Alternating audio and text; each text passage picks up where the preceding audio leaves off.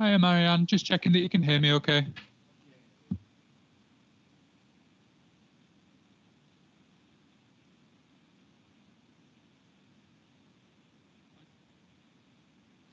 Perfect. Thank you, Luke.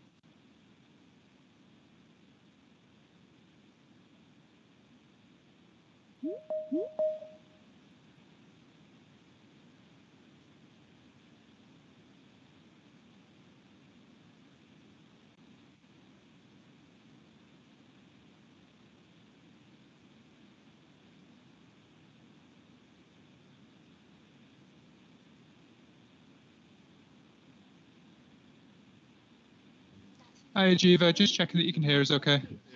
Yeah, I can hear you. Can you hear me? Yeah, I can hear you loud and clear. Thank you. Hi, That's Steve. brilliant. Just checking you can hear us okay. Yeah, all good. Can you hear me okay? Yeah, we can hear you. Thank you, Steve. James, I'm not going to put my camera on because I'm in somebody else's home. Yeah, no, that's absolutely fine, Jiva. Thank you for letting us know.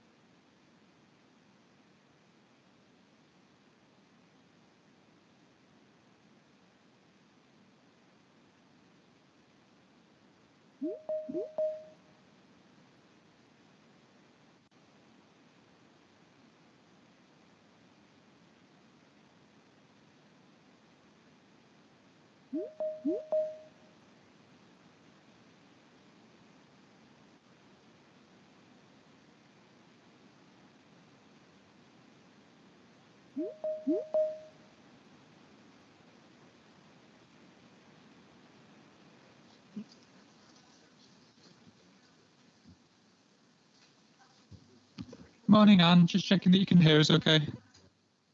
Morning, yes, I can, thank you. Perfect. Morning, Xander. Just checking you can hear us okay. Morning again. Thanks, James. Yeah, can hear you fine. Perfect. Thank you, Xander.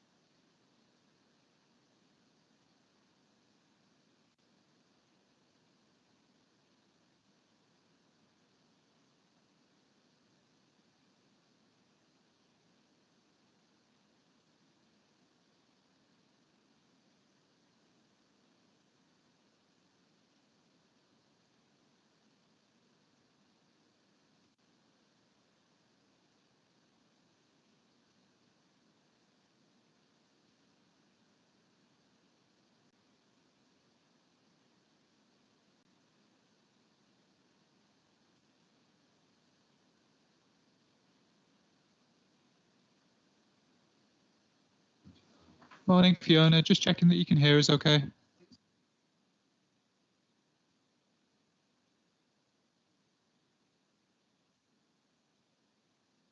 Yep, I can hear you. Sorry, it took a while to unmute there. No worries. Thank you, Fiona.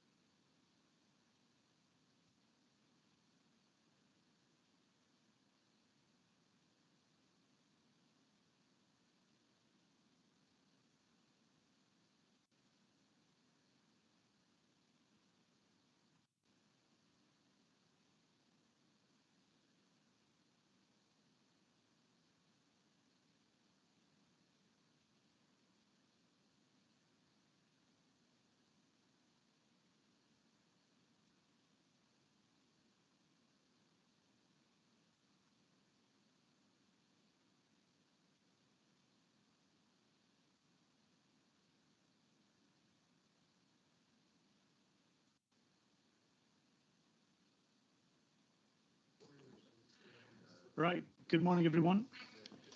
Welcome to the January Cairngorms National Park Authority Planning Committee meeting. For those members of the public joining us today, either virtually or in person, I'm Chris Beattie. I'm the convener of the CNPA Planning Committee. Today's meeting will also be streamed on the @Cairngorms YouTube channel. Before we go any further, can we have a roll call, please? Chris Beattie. Present. Kiva Blackett. Yes, I'm here.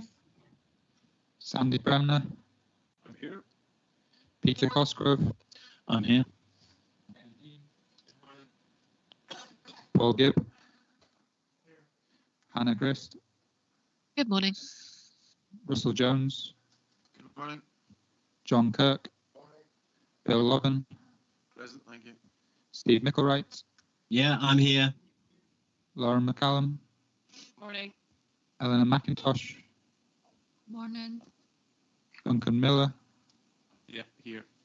Xander McDade, Good morning, present. Fiona McLean, Morning. Anne Ross, Good morning. and Derek Ross. Here. Okay, thank you.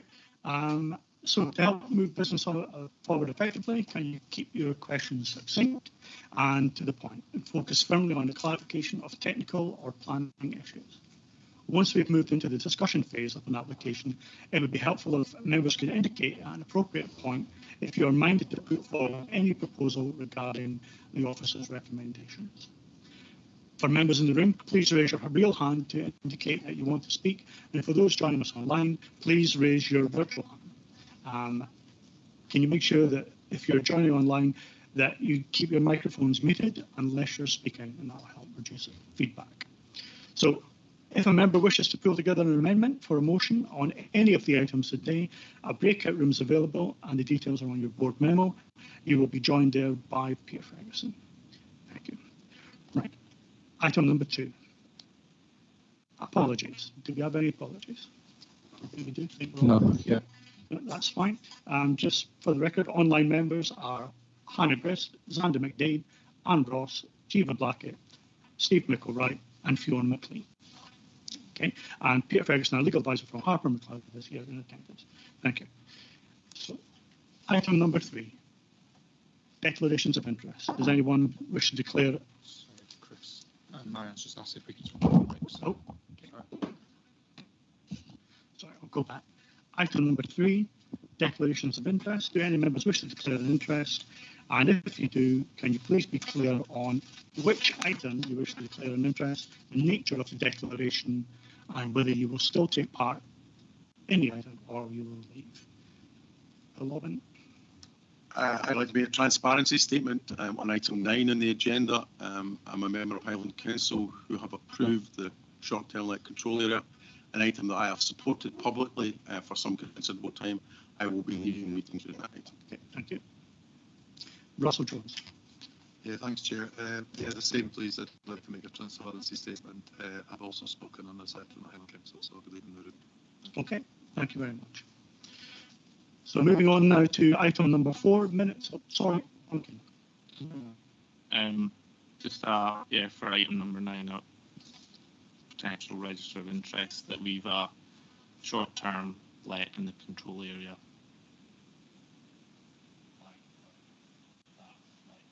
Okay. And you will be. Yeah, I'll be leaving. You will be leaving the meeting. That's fine. Okay.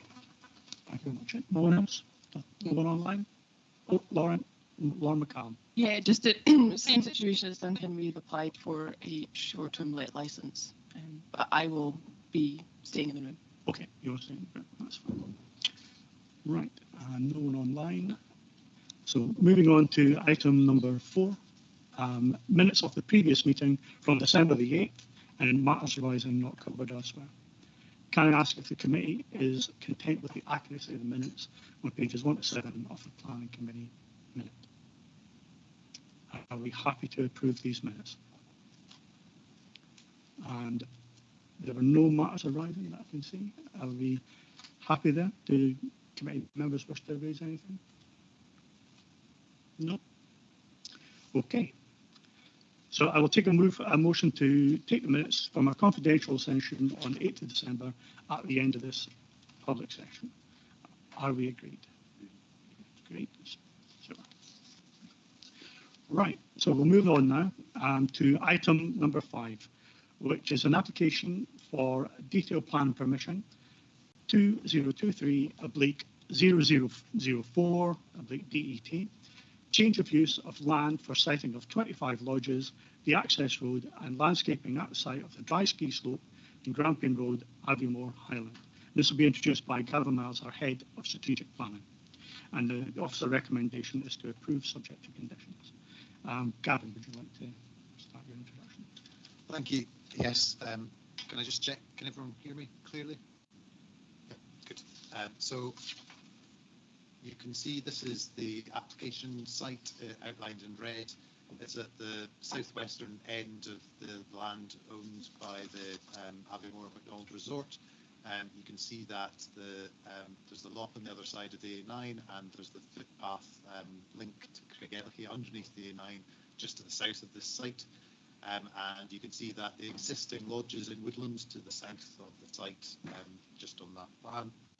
And a little bit more clearly, apologies, there's a few of these slides, the direction changes. So if you see a horizontal slide like this, it means north is to the right-hand end of the image. It just fits them onto the picture more easily. So there you can see the site on that western edge of the site, bounding the A9, so behind the main central resort buildings and south of the swimming pool.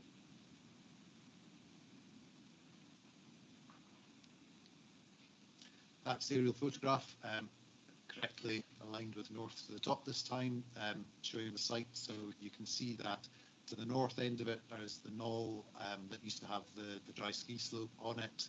And then as you come south, there are obviously a few trees on that knoll. You come onto a larger, flatter, lower area of ground and a bit of car parking.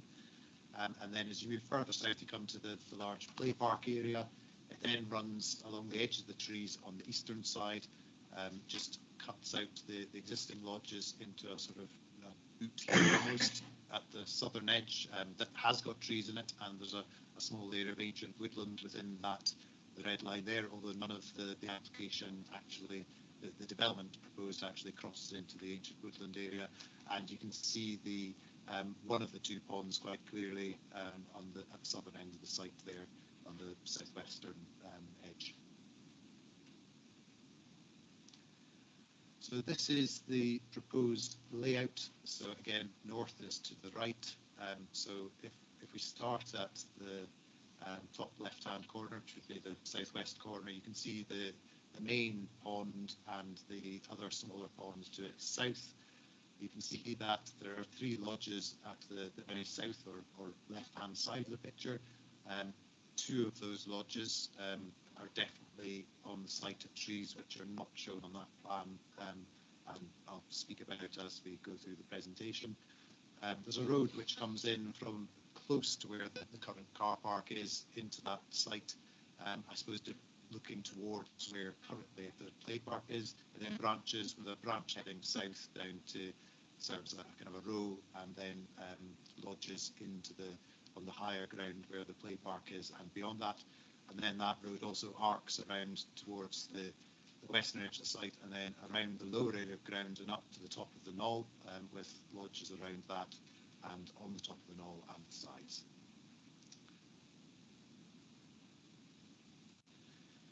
This plan is just to show you the A9 land acquisition area. So the applicants redrew their red line boundary to avoid the land that the A9 will take when Transport Scotland do that section of it. So you can see where that cuts into the site and actually cuts into some of the pond area that's shown on the map there.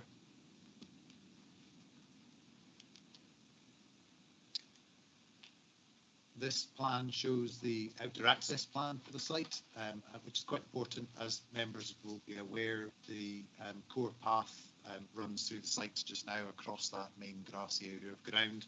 So the applicant proposes to retain that and actually upgrade its surface to a 2 metre wide path through the site, albeit it has to cross one of the access roads.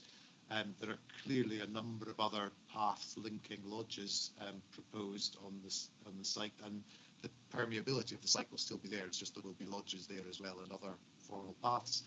The Aviemore orbital path runs currently almost along the western boundary, slightly inset, and so that will be affected by this development. The applicants are clear that it will be retained there, as in the permeability will be retained, and the section is shown at the top corner of the plan there in yellow, but there's a condition proposed later on to try to clarify the signage for that, because obviously currently it's an open space, turn one way, you head one way and follow a very faint path, which is the Aviemore orbital, or follow the other one, which is the core path. With other development there, it's going to be a little bit more confusing, so we think there's the need for further signage there.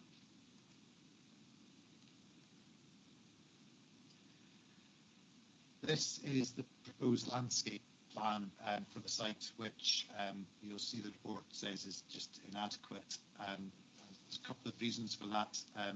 If you look at the lodges to the left-hand side of this plan, which is the southern edge of the site, there's a cluster of 3 lodges. And on this plan, it actually shows trees which would be lost, which haven't been recognised in the tree survey and therefore haven't been recognised in any of the mitigation planting proposals, but they could be.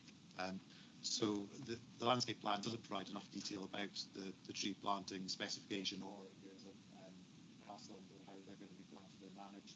So it's important that a revised landscape plan would be provided as a condition, which would actually specify exactly what was there and provide real detail on measures for biodiversity and things like that, including, and I should point out, one of the conditions would change. So that condition would also have a specification around the seed mix to include devil's bit scabious, because there is devil's bit scabious on some parts of that site, which, as members will know, is important to mining bees in the area. So just make sure that that habitat is retained if the development was permitted.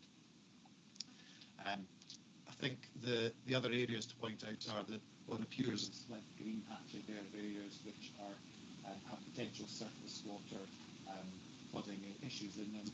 So the Pencils Flood team are satisfied that there can be development on those areas, and that if any lodges cut into them, they have to be raised 600 millimetres above the area of flooding on the piles that they'll be built onto. These are the elevations of the proposed lodges. There are 3 different types. They're effectively the same size, with very subtle differences in the windows.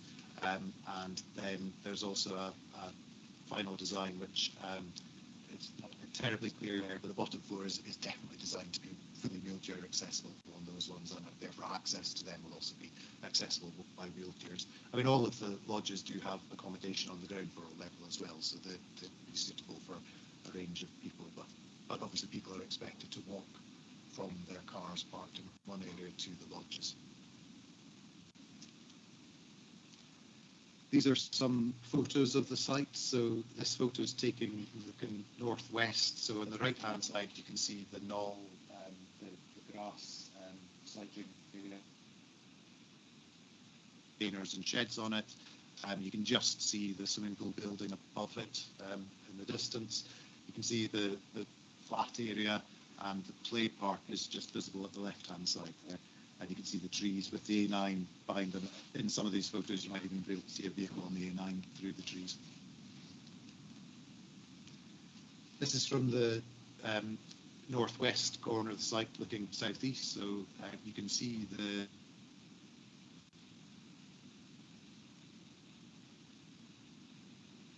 west of the top of the knoll, and then there are other trees running down to the access from the other side. You can see the large open area. And some of the area that has potential surface water flooding within it. And in the very distance, those trees are set behind the play park with the pond area to the right. That view's looking more or less directly south from the top of the knoll, so across the site. So you can see a faint line of the A9 behind the trees on the right-hand side. Effectively the pond area, and then you can see in shade the play park area and the trees behind that on the left-hand side.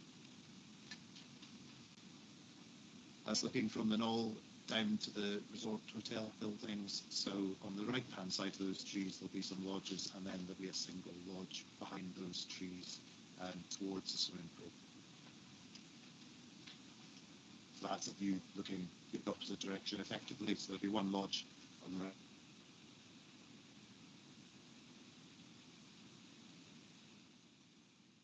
3 lodges to the left-hand side of the picture, left of those trees.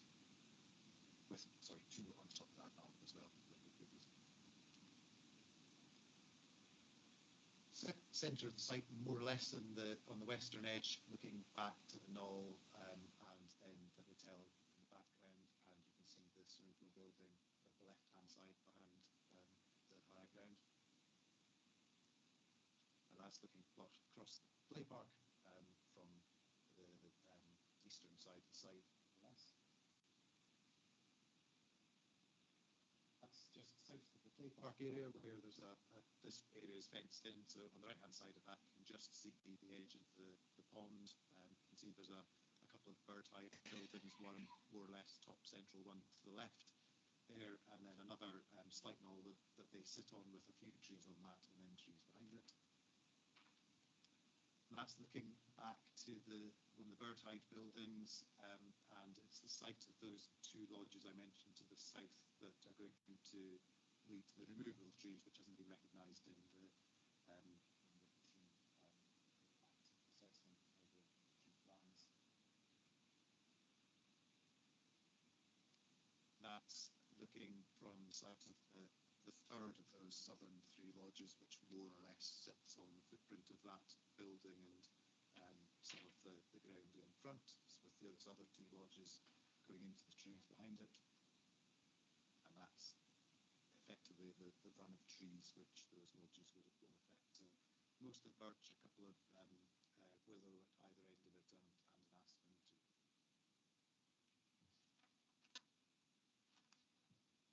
So the main considerations with this application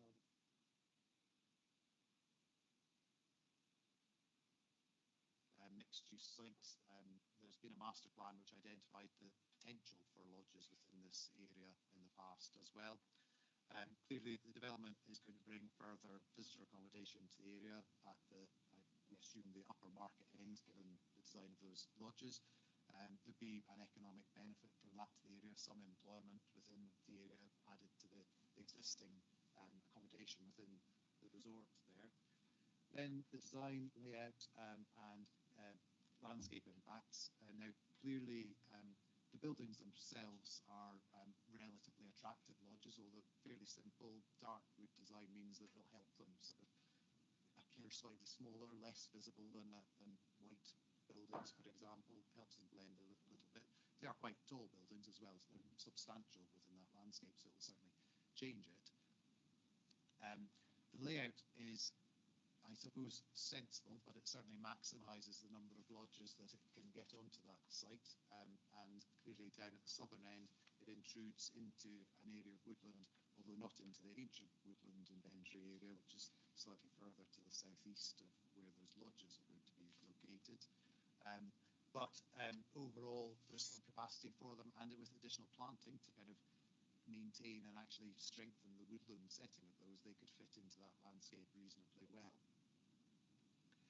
In terms of environmental impacts, I mentioned the impact on trees, which hasn't been fully assessed in the application, but you can see from that photo we do know where those trees are and how many there are approximately, so we're satisfied that if that information were to be provided and translated into the right amount of planting through an appropriate landscape plan, then those impacts could be addressed.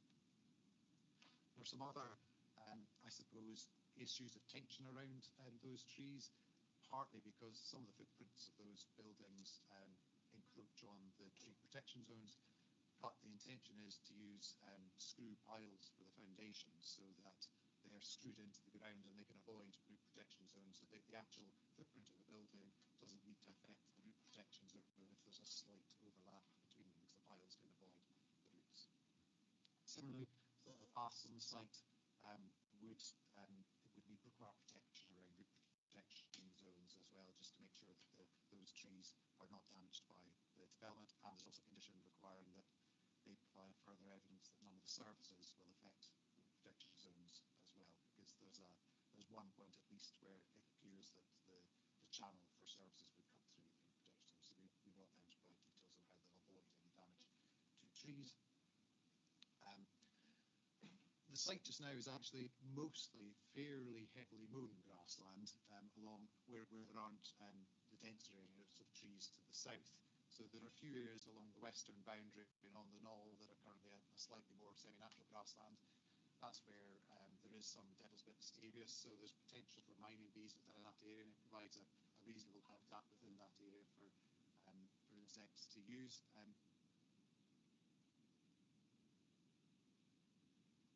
Which sets out where they will use the right kinds of grassland planting and the right kind of management for them, but those areas of grassland could be maintained within it. Clearly, the there's currently a business on the site using those hides and watching osprey and selling experiences watching photography osprey on the site. And osprey are obviously a species which is protected as a bird, but also protected through their association with European sites as well. There's two different parts to this. One is that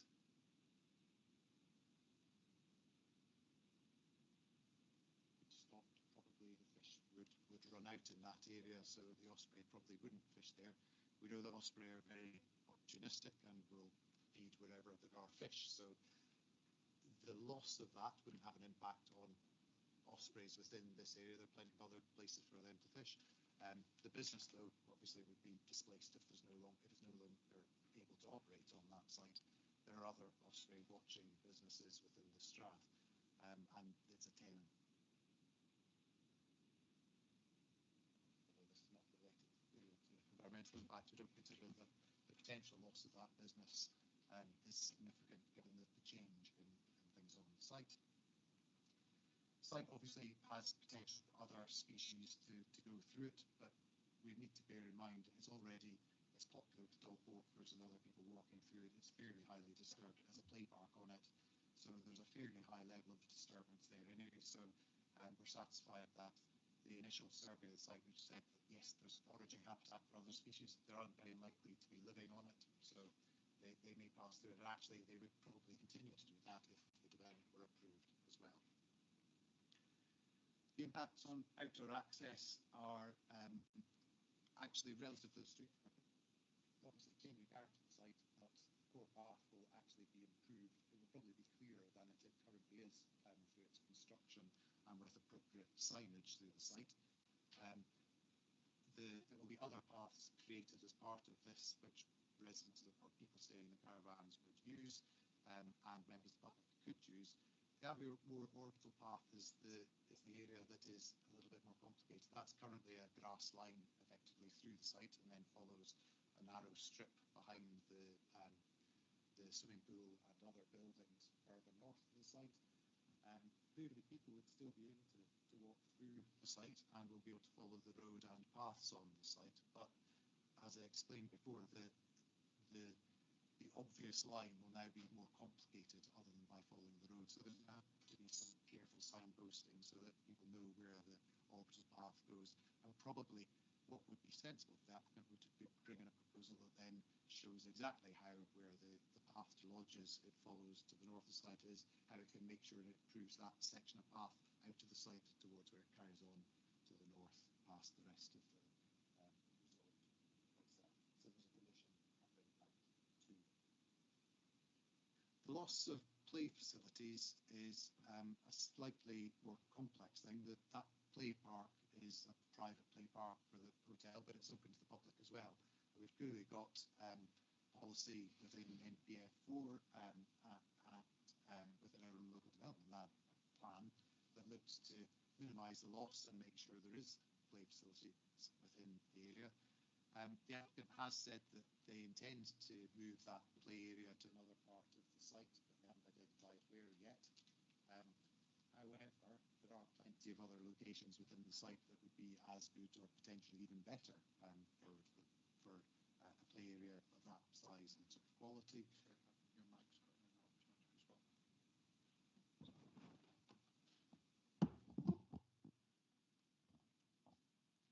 So there's a condition proposed that would say no development can happen until that new facility has been created. So and that is within the applicant's control, and they've said they want to do that.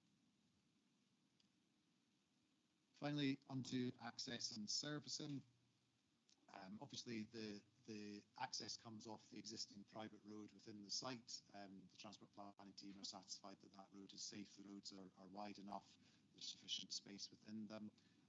They don't consider there's sufficient parking, so the council's transport planning team consider that 3 parking spaces are required for every lodge, sort of a car space per bedroom. Not sure whether that occupancy is always achieved, but certainly the council are fairly clear that that's what should be provided, and are seeking a developer contribution for the shortfall that they would use to employ traffic management measures on Grampian Road to deal with any congestion in the area. The site is going to be serviced from the public water supply, and the wastewater will go to the public wastewater.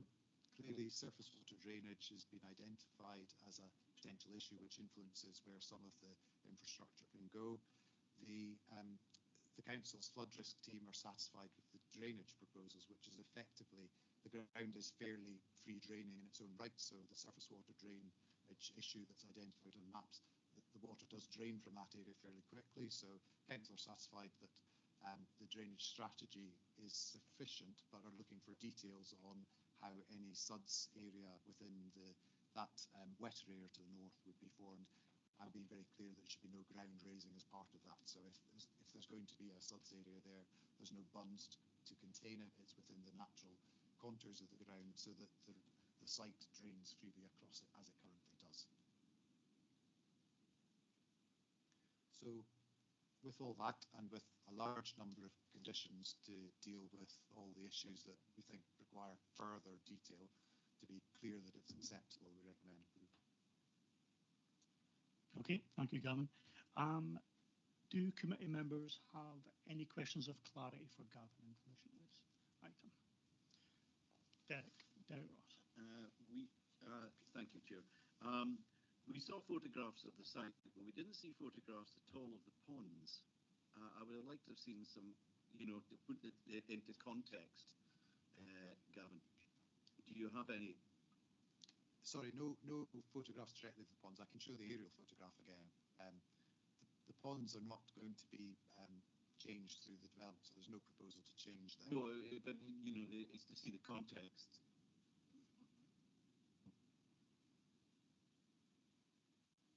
Could we see that slide again? Yes. Possible. Thank you.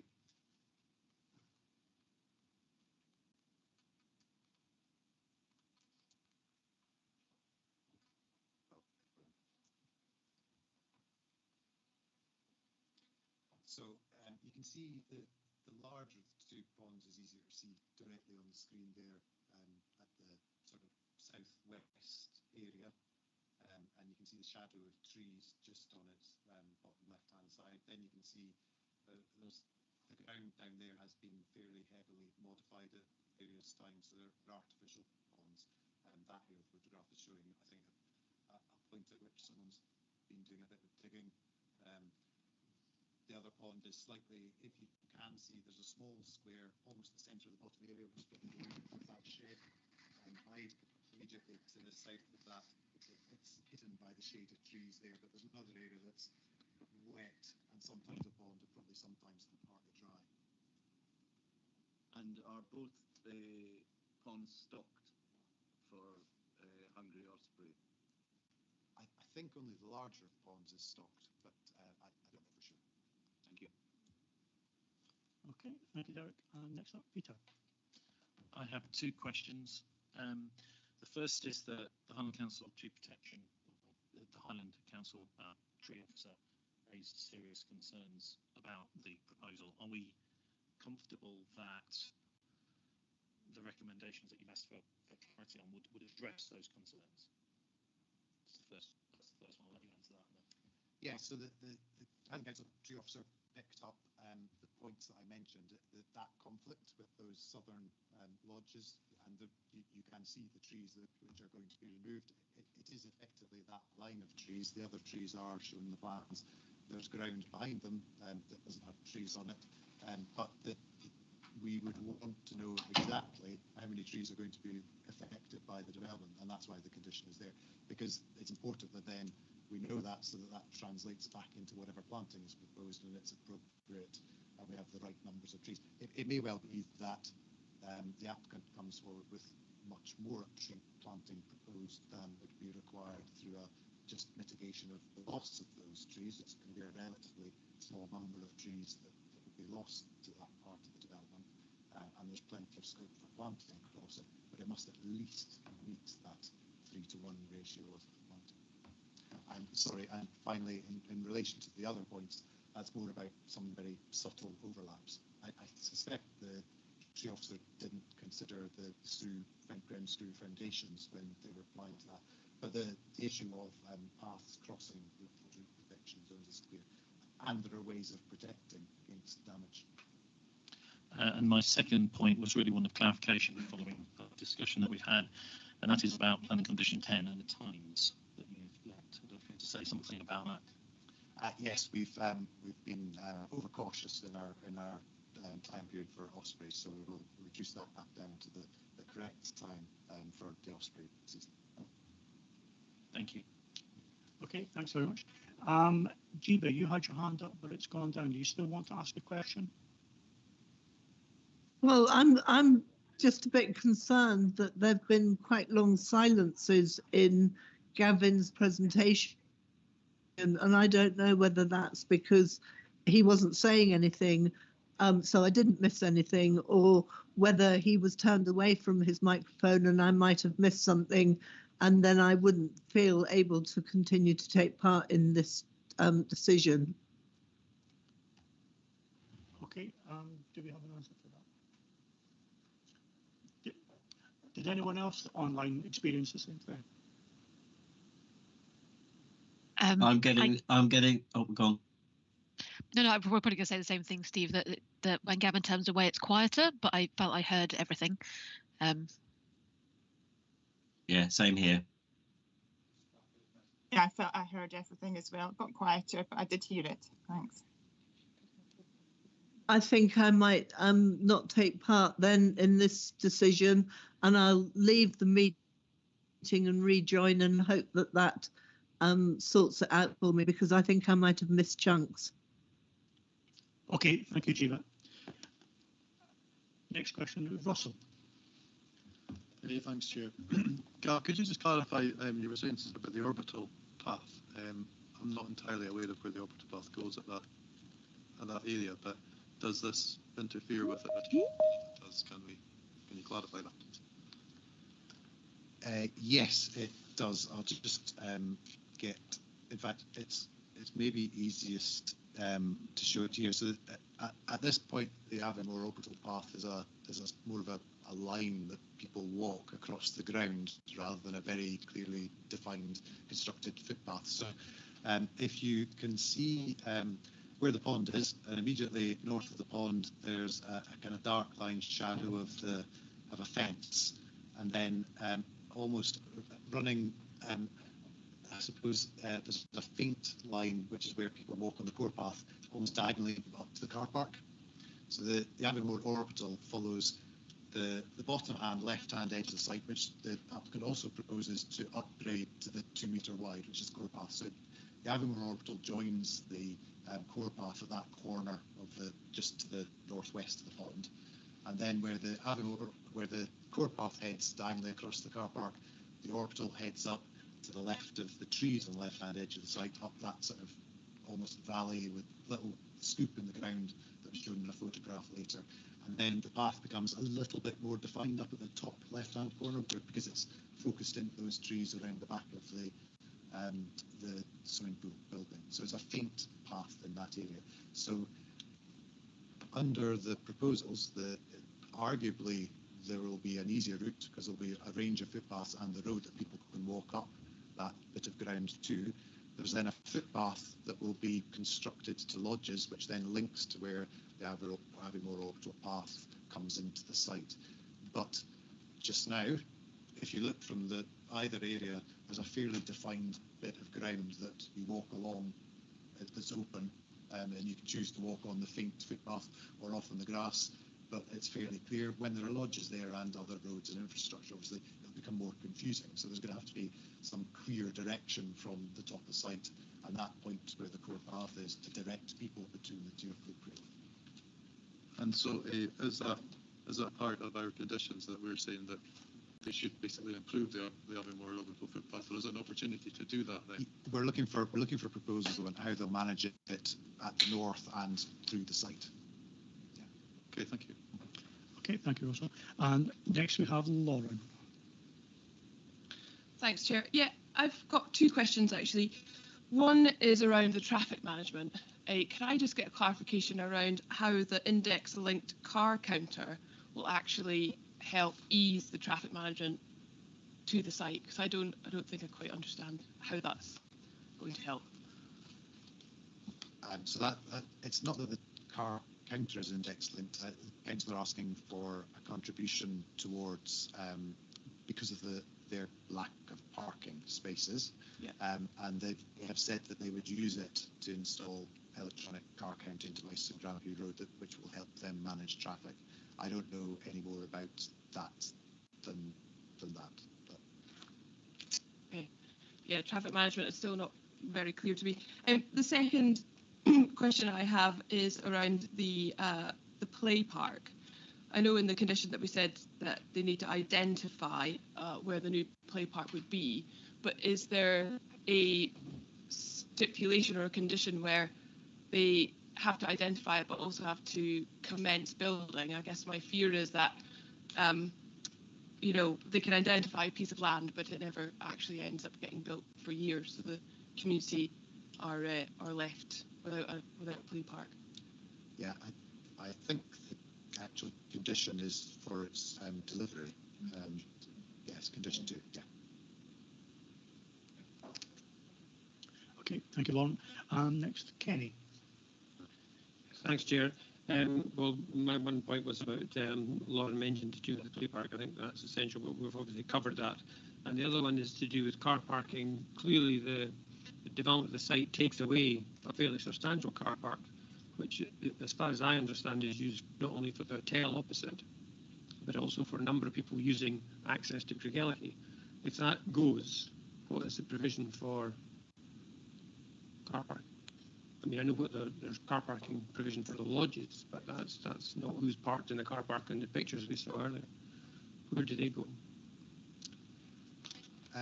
Yes, I mean it's not a public car park, so it is used by people who park there. Some people go to Craigellachie, although it's not promoted as that, and it's not.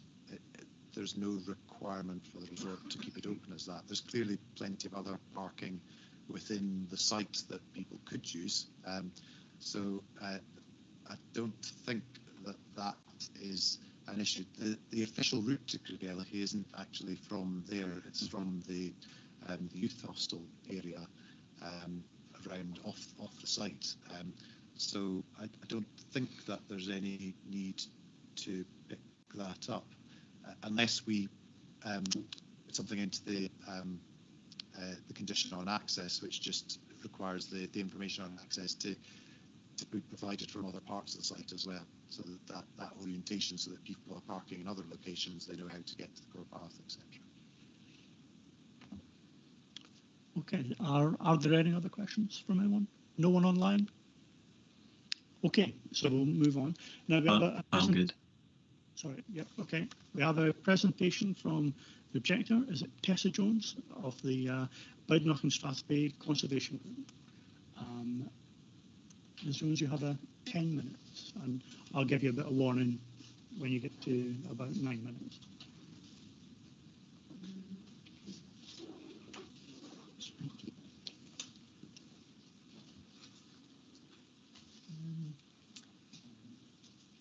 Okay. Great, thank you very much. Natural birch woodland shown here is important for the landscape. I won't go into what the forestry officer said, that's already been dealt with. And as Gavin also mentioned, the uncut grass is a fantastic population, rich in devil's bit scabious. It's a very important flower in the national park. It's the only food plant for one of our rarest bees, the small scabious mining bees, which is also one of the rare invertebrates in the Cairngorm species that is the flagship project for the CMPA.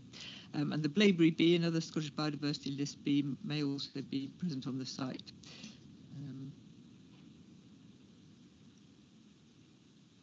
This shows the rough grassland with the scabious and the hills beyond. Not very well, I'm afraid. This was in between the storms, but it showing the important landscape features here. And it shows this is the Avonmore orbital coming through the middle.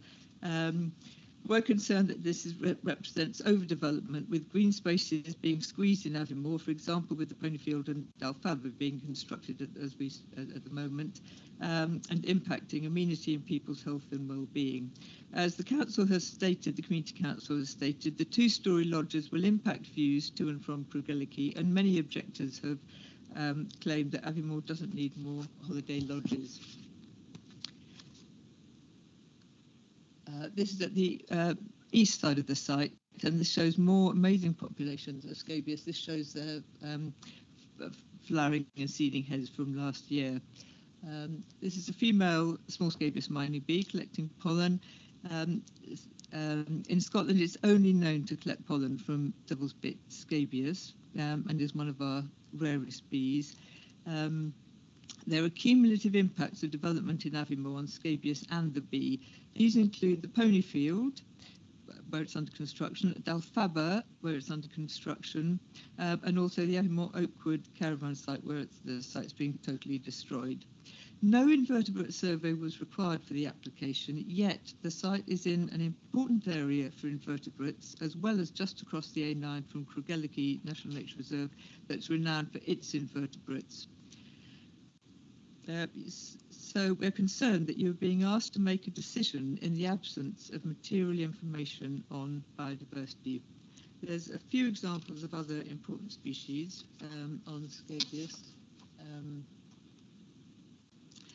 This is the furry peat hoverfly, another important pollinator variety of species, and the northern brown Argus butterfly classed as vulnerable and on the Scottish biodiversity list. NPF 4 states in its policy on biodiversity, development proposals for major developments will only be supported where the proposal will conserve, restore and enhance biodiversity, including nature networks, so they are in a demonstrably better state than without interventions. We do not see how this application is going to achieve those outcomes. The ponds appear on the first edition OS map of 1870 and were once part of a wider Loch Culloden, so they actually go back at least 150 years.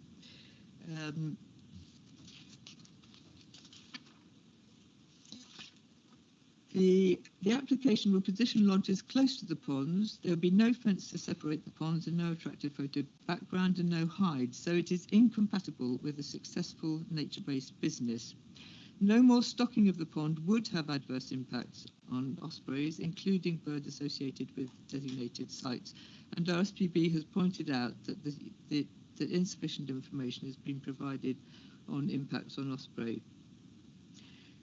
The comment in the committee report suggesting that osprey are tolerant of human disturbance is somewhat misleading. Nature Scott's own report on osprey disturbance states ospreys are considered to be sensitive to human disturbance and individuals, and that individuals vary in their ability to habituate to human disturbance. These are photos taken at the pond. The pond has been stocked continuously for 12 years to be optimal for osprey. It supports our locally breeding ospreys and others searching for breeding territories and ospreys from other parts of Scotland fishing at the pond on migration. The ponds are kept stocked during both migration periods. They provide a food supply that is reliable, high quality, with fish of good size and particularly easily caught.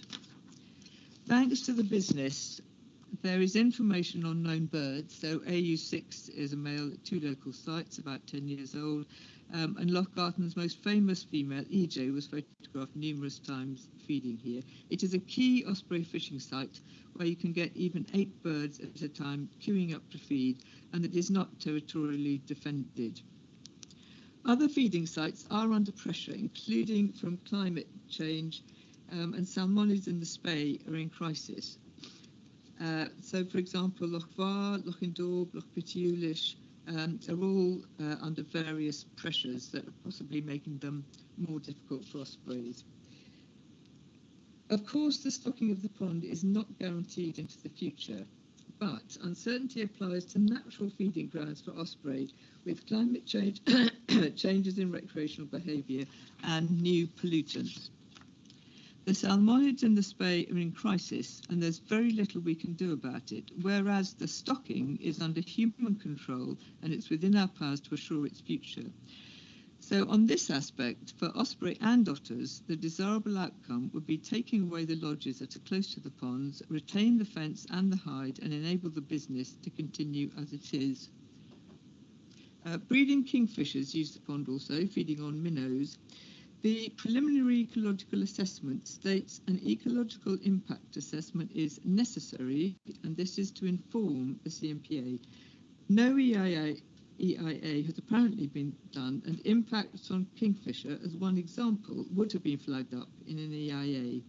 It cannot be assumed that an EIA would not reveal impacts that could be better managed through modifying the application to take informed and realistic account of natural heritage. Otters, the breeding otters, an adult with 2 cubs feeding in the pond and with a halting Craigellachie. Otter are not included in the HRA, which claims there is no connectivity with the Spey SAC. It's extremely unlikely that otters using the site are not part of the river spey population, and for otters it would appear that there is connectivity with the Spey SAC population. I'll skip over these. I was going to refer to the woodland forestry officer, but that's already been dealt with.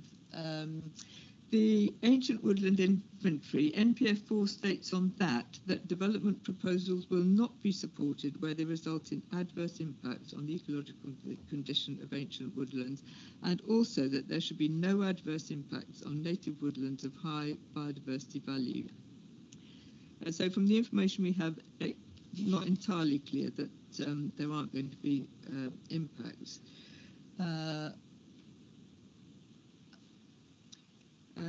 There's Breeks-wooded woodpecker nest holes in the woodland at the south, siskin that's on the grass at the Aviemore Centre. There are tens of metres of this dumping on their ground. The landscaping proposals include very nature-unfriendly aspects, and it is disturbing that this low standard is not being addressed early on in the planning process. The shrubs proposed for planting are completely inappropriate and include non-native species, as is the proposed use of fungicides, herbicides and insecticides. You have 1 minute left. Okay, fine, that's lovely. I'm just at the end. So to conclude, we're concerned that there's insufficient natural heritage information to make an informed decision and no environmental impact assessment. The site is far richer than indicated in the report, and the business is significant for osprey and otter. Thanks very much. Okay, thank you. Does the committee have any questions of clarity for Ms. Jones? We have. Yeah, it's Steve here online. Thanks for that. That was really interesting. It might come into general discussion, but I'm interested in any evidence of the use of that area for informal recreation and any evidence that the small scabious mining bee has been found on site. So if you can clarify any of those either now or in the discussion, that would be good. Sure. Well, on the informal recreation, I mean, it's a very, very established route with the orbital going through it. So that's the connection between Craigellachie and NR, very, very popular area, and the Aviemore orbital, for example. And on the small scabious mining bee, no, it hasn't been looked for, but it will be next year. So we don't know, but with that amount of population of scabious, it's very unlikely that it wouldn't be there. Also, the nature of the site and the aspect of the site, which is sunny, is very similar to the pony field, which is about half a kilometre further north, and which has a thriving population of small scabious mining bee. At least it did have, but it's now very much a site under construction. So the sort of the future of the scabious bee at that site is less guaranteed. Okay, thank you. Okay, any further questions? No one? Gavin, do you have anything you want to respond to? Only that I think the point I made about needing a landscape plan that has appropriate planting and seed mixes in it, particularly including Devilswood scabious is important. So I think rather than trying to have surveys as part of the application, that there's a likelihood that they may be there. So it's important that we make sure that we increase the area of ground that's got that kind of grassland on it. There's a lot of that grassland just now is mown because it's a large recreation area. It's not going to be the same in future. There's more opportunity for grassland that's managed for biodiversity within it. Okay, thank you very much. Okay, at this stage then we'll move into the discussion phase. Do any committee members wish to raise anything? Bill Lobbin. Firstly, this is a site that's not in the middle of a wilderness. It's right slap bang in the middle of Aviemore. The play park area never has been and never was a public play park. In fact, there used to be a big sign out that said that this was exclusively for the use of hotel guests. But it's good to see that they're committed to relocating it. But I'd also like to see a commitment from them that said it will be permanently open to the public. I think you've also got the idea that in some way the huge volume of traffic increase will have a substantial impact in Aviemore. I think that's actually complete and utter nonsense. I doubt if this will have any impact whatsoever in the levels of traffic that go through Aviemore on a daily basis. There's clear support for this in NPF4 and the LDP, but there's a lot more work has to be done on tree protection, landscape, etc. And rather than have this continue on as a mown grassed area, which in the past has held a circus tent and various other things all summer long, this could improve the biodiversity of the entire area. So on balance, I think I support this application, and I think that's it for me, I'm afraid. Okay, thank you, Bill. Anyone else? No? Oh, sorry, Eleanor? Yeah, Gavin, just probably a comment, but you might come back on it. I don't have issues with the application, and I'll support it. But I am a bit concerned that we're now up to a list of 18 suspensive conditions, and we sort of tried to move away from having applications coming forward with so many conditions. Is there a particular reason? I understand why each of the conditions here are necessary, but why are we back in this position, do you think? I think in this case it's probably down to this being a large site, and obviously the committee knows, this is just an honest reply, the committee knows that there are a number of applications going in, and I suspect that the applicant doesn't have time to focus the real detail on any one of them at this point because they're trying to spread a number of bets. And that's a practical reason, and that's the reason that obviously with this number of conditions, the recommendation could have been to refuse it as well. But we think that on balance with those conditions, it's acceptable. But they are onerous, and there's no guarantee that they'll be able to satisfy all of them because a lot of them require a lot of work. I just think that in general, that we shouldn't let ourselves be drawn back into this position because the developers didn't like it either. And I'm not talking about this application, I'm probably keep my comments to later, but I don't want to see us heading down this road where we're getting sort of, which looks like half-baked applications coming towards us for decision when we really need more detail at this point. But I'll go with the recommendation on that. Okay, next up we've got Steve.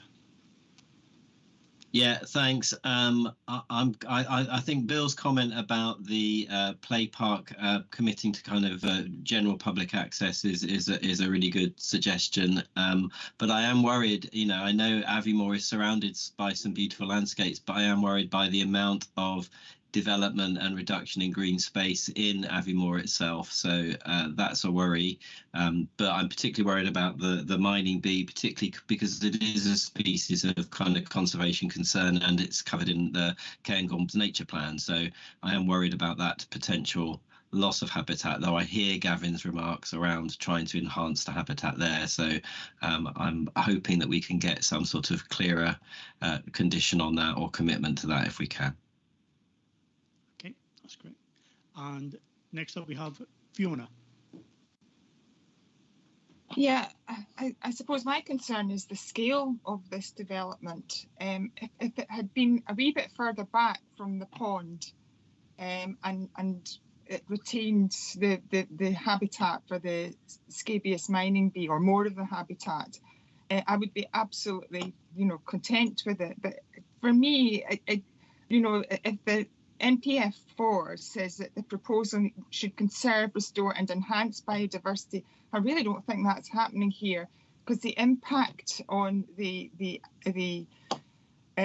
animals that feed at the pond, I think, is going to be palpable. And I just wish it hadn't been to the scale that it is. If it had been a smaller development, I would have been absolutely content. To me, it's just too big. So I just have concerns about it. Okay, thank you, Fiona. Peter. I want to sort of echo Eleanor's point in that I would have expected to have seen more detail in relation to a number of issues, especially NPF4 and nature networks. It would be really easy for us to make a decision if we were given evidence that said 3 times the area of habitat for the mining bee would be created and would be lost. And in blunt terms, something that was very simple like that would be useful information. Then we would know we were making an informed decision. But at the moment that we're hoping to offset losses is a little bit vague, to say the least. And I would also point out that the stocking of a pond with non-native rainbow trout is not actually a planning issue for us at all, and the management, as Gavin has pointed out, could change at any time. So I think it's a slightly spurious argument. Okay, thank you, Peter. Derek. Thanks so much, Chair. I take issue with the note that it's slap bang in the middle of Aviemore. I don't think it's quite slap bang in the middle of Aviemore. And I think green spaces are precious. Even if it was slap bang in the middle of Aviemore, it would still be a precious green space. I think it's the biodiversity issue that's concerning me. I mean, the presence of the bird hide would indicate to me that this area is rich in bird life, and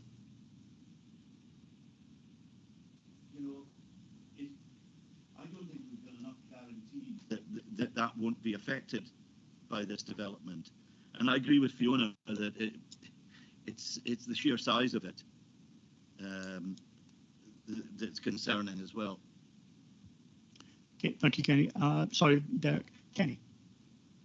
Thank you, Chair. It was something that Tessa said earlier in relation to the pond, if there was fewer lodges on that site. I mean, if the development was scaled down, are the two things mutually exclusive in the sense it's still offering a wildlife experience and offering less disturbance to that particular part of the site? I mean, it's an open question. Somebody could make a wild guess at what difference it would make, but again, it's what Fiona and Derek are saying. I guess is saying without this level of density of people and population on that site, would it make a difference to the wildlife on the site? Okay, thank you, Kenny. Lauren. Yeah, I think I'm somewhere in between Bill and Derek, both physically and I walked my dog in this space every morning for years. I think the reality is it is a highly disturbed space. That's not to say we just keep disturbing it and carry on, but I think there is opportunity to, as Bill says, not have as much grass mowing and have other areas of biodiversity. I'm not sure if this is what Kenny, if this is what you were getting at, but a potential recommendation or adjustment to scale down the size of the development and kind of keep, I guess it would be the westerly side. I'm not sure if that's possible. Yeah, I guess that's that's just some of my thoughts. Okay, thank you, Lauren. Any other questions? Oh, Derek again. It was going back again. Sorry, Bill, I'm not getting at you. But in terms of, you say that there won't be any more traffic. Well, there will be more traffic. It stands to reason that you have 25 lodges with 3 parking spaces at each, and these people travelling in and out of the development. Of course, there's going to be more traffic. I mean, it's a bit disingenuous to say that there won't be. Sorry, I'll let Bill come in and answer that. It's the traffic movements that matter. You know, 25 lodges, not every one of those 25 lodges with their 2 or potentially 3 vehicles are going to move every day. So the total overall increase in the volume of traffic is tiny in comparison to the volume of traffic that already travels, not just through Aviemore, but through the site itself. So I think that's the important thing. And I think Peter makes a very good point.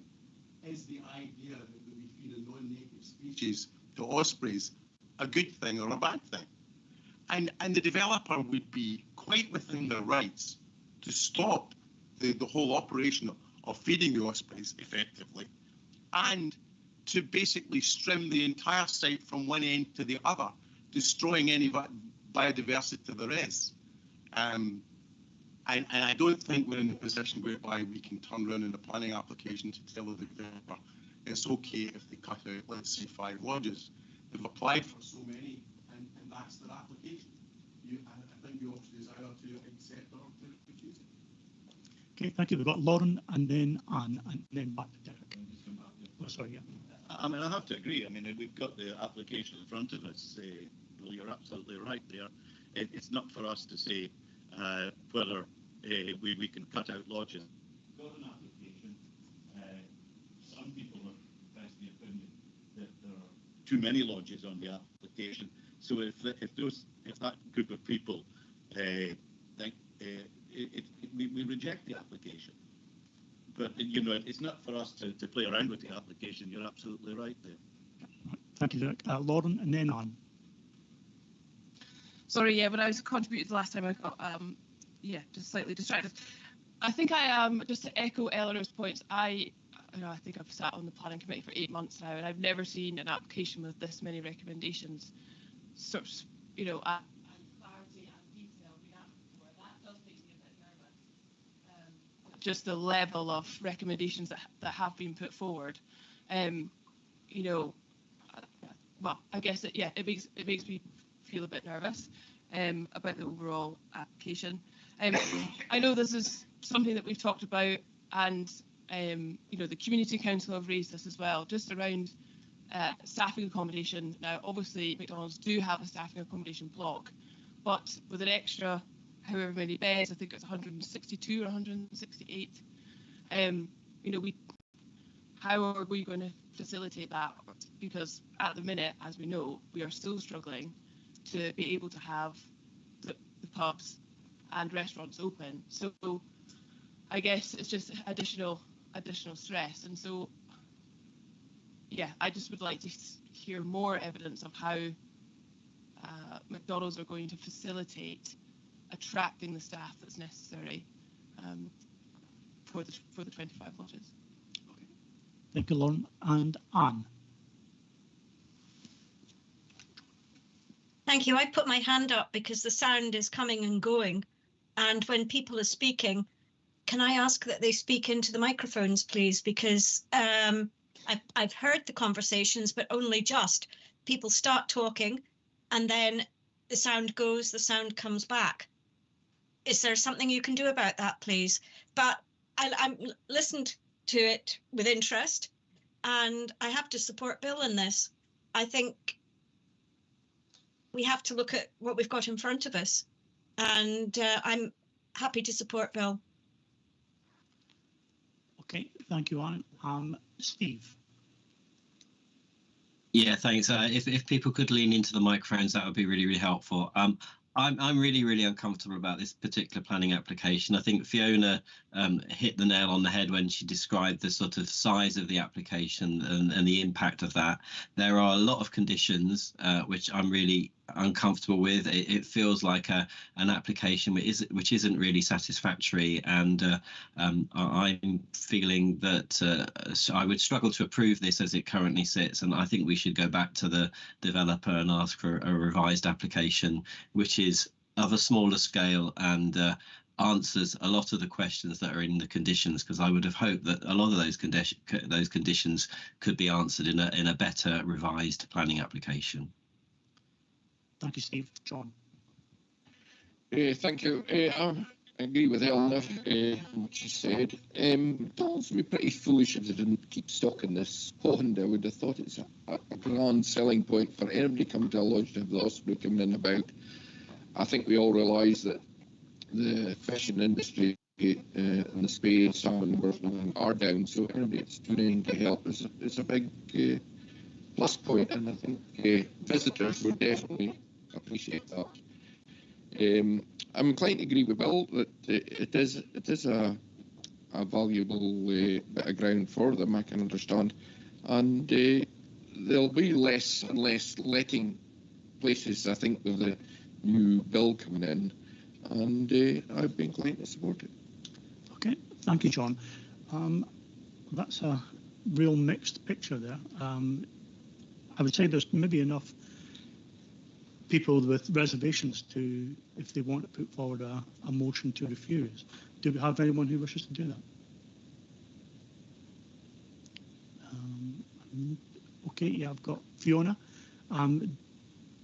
Do we have a second? Yeah. Dave? Yeah, I second that as well. Okay. So. Okay, so we've got. Yeah. So. Perhaps be easier for Peter.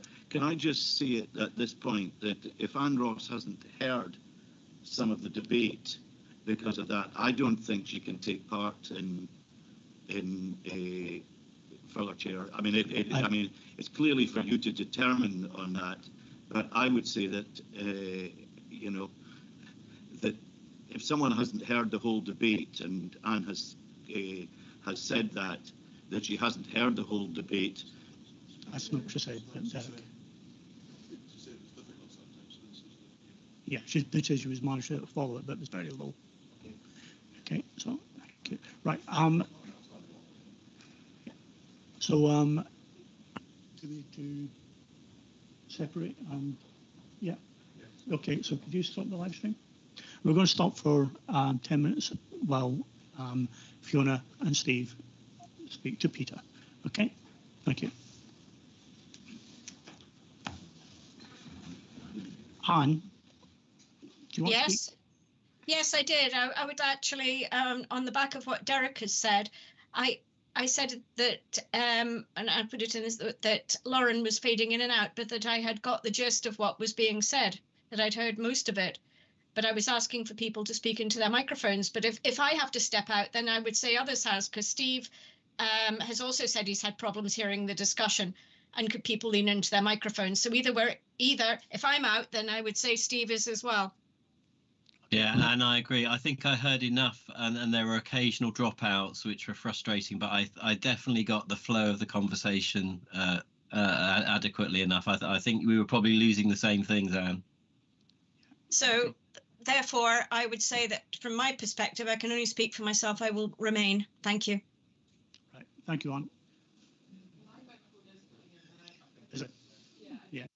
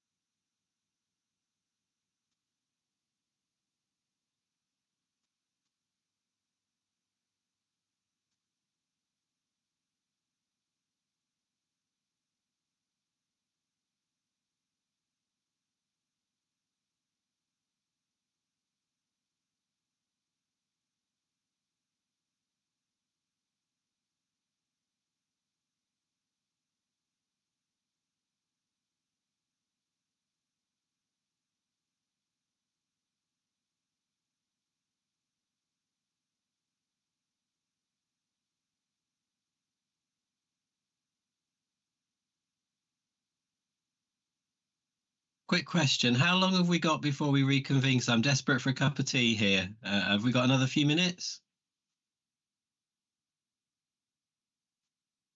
I think we said probably about 10 minutes, Steve, so probably got another 5 at least. Okay, I'm going to rush and get myself a cuppa. Thanks, Ander.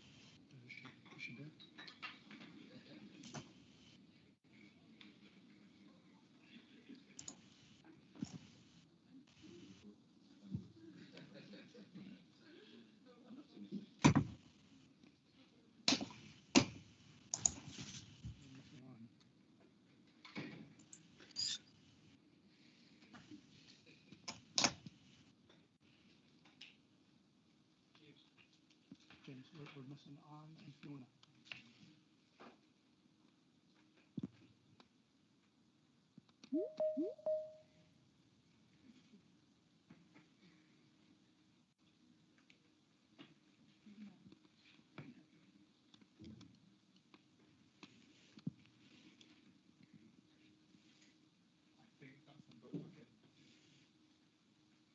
Hiya, Fiona. Just checking you can hear us okay.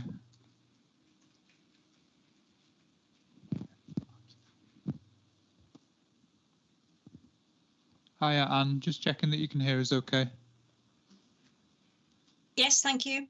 Perfect. Thank you. Sorry, Fiona, are you there?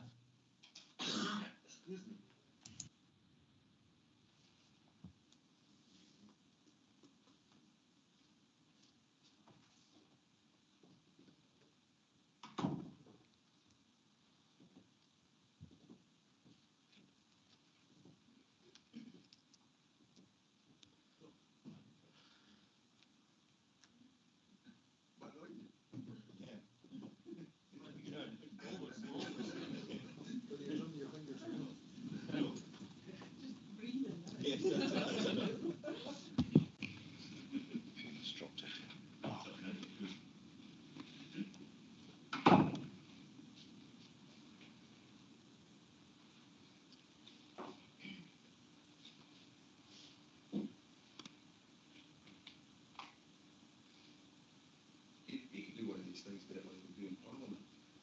You and I could knock Tom off. It wouldn't make any difference. Well, if you did. I'm voting for me.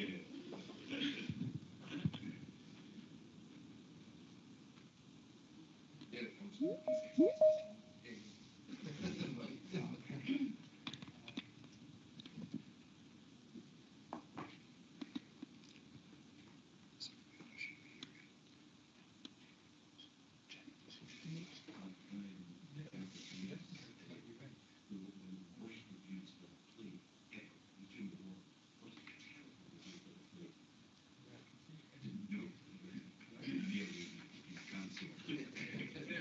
Hiya, Fiona. Just checking you can hear us.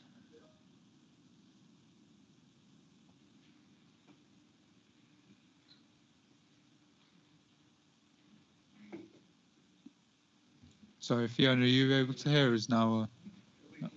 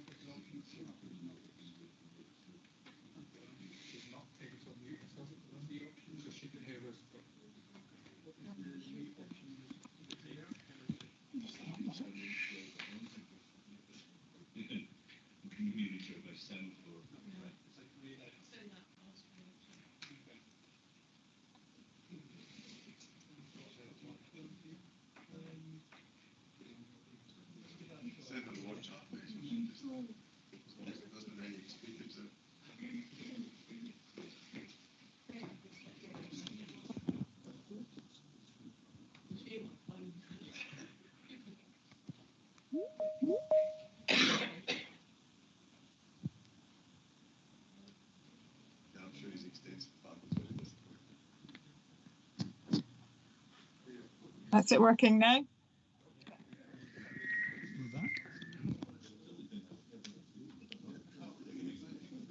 Okay, I'll put it down then. Right, thank you. Yeah.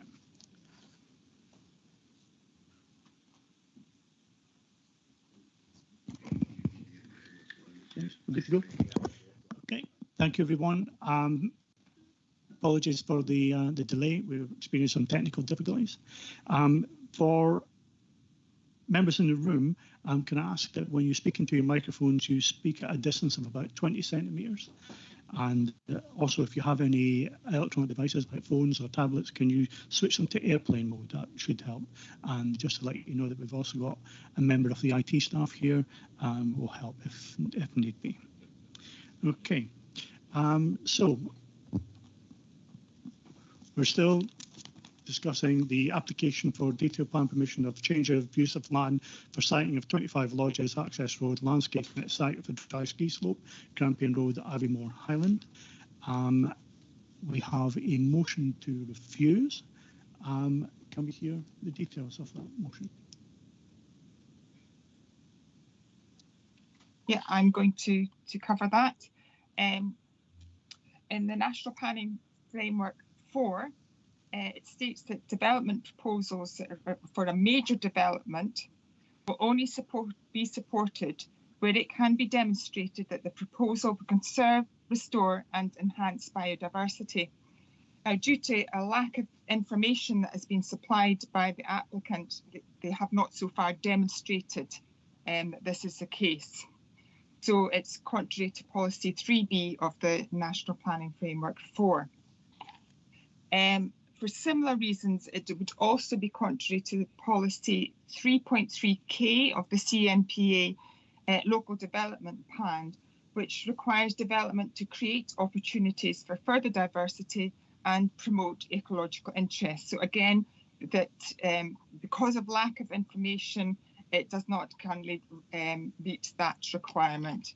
And it is also contrary to the Natural Heritage Policies 4.5 and 4.6 from the CNPA Local Development Plan.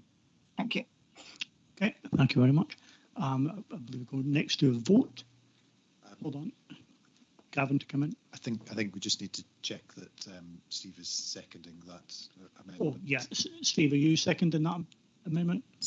Yes, I'm seconding that. Right, thank you, Steve. And then just check that there are other members who wish to support the motion in the paper. Yeah, are there other members who wish to support the motion? Yes, we've got Bill Lobbin. Okay. Right, okay, so.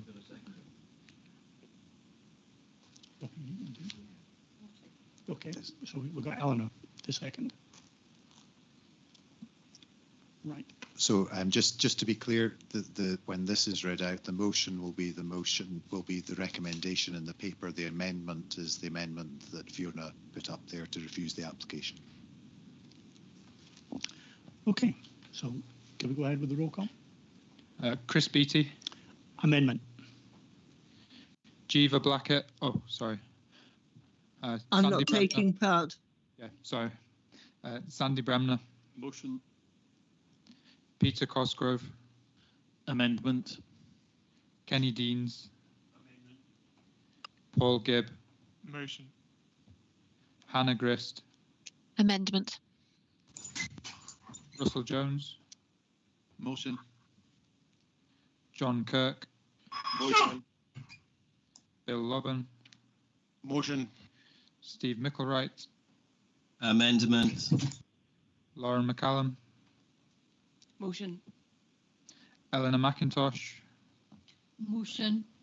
Sander McDade. Amendment. Fiona McLean. Amendment. Anne Ross. Motion. And Derek Ross.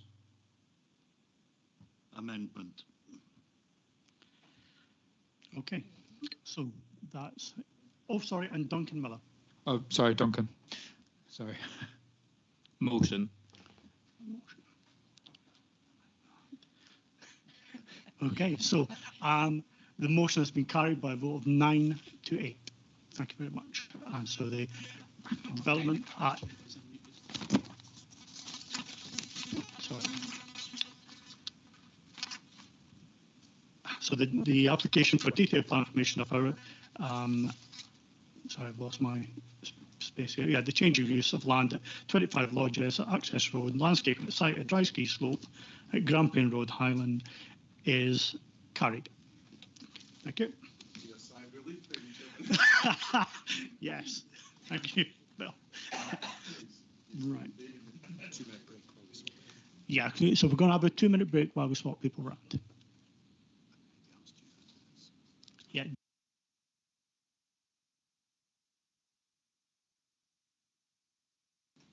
If you can hear us, okay?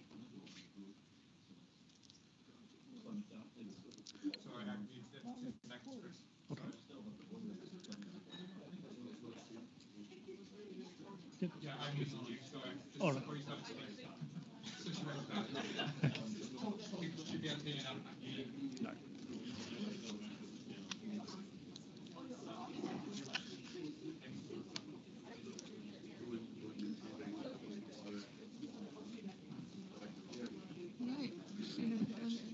Yeah. Let's see if that one takes.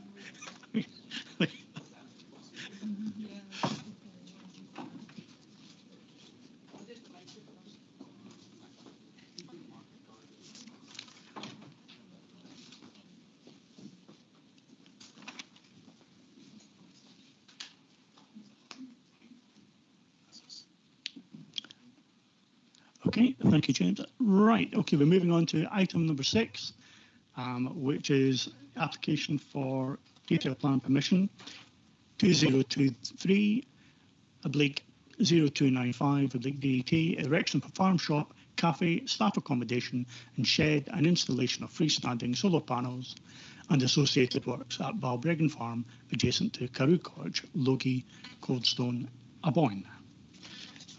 The officer's recommendation is to refuse this application. And we have speakers from the agent. I don't think we've got any objectives. So this is going to be presented by Catherine. Catherine, would you like to take us through this? Thank you, Chair. Apologies till I work out this.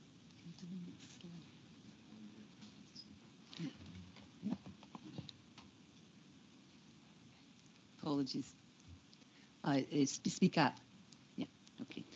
This is a planning application for, as described by the chair there, for a new visitor facility and for residents of the area. It's a cafe, retail space and staff accommodation. It's just south of Logie Coldstone.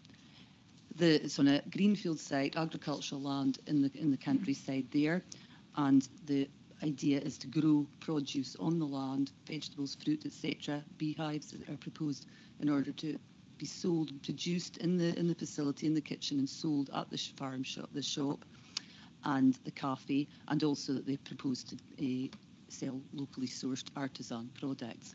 There's details of the number of staff that's employed within the development, within the report rather. It's at the eastern side of the national park, as I say, a mile or so south of Logie Coldstone. This aerial photograph shows the site. Hope everyone's hearing me okay online as well. This aerial photo shows the site outlined in red there. The proposed building is going to be in the top left-hand corner of the site.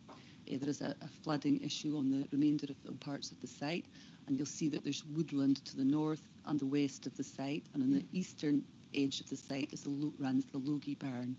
That barn is part of the River Dee Special Area of Conservation, and accordingly a habitat regulation appraisal has been carried out and is attached as an appendix, which looks at whether there's likely to be any significant effects on the SAC, and the conclusion is that there isn't, subject to the submission of a pollution prevention plan here.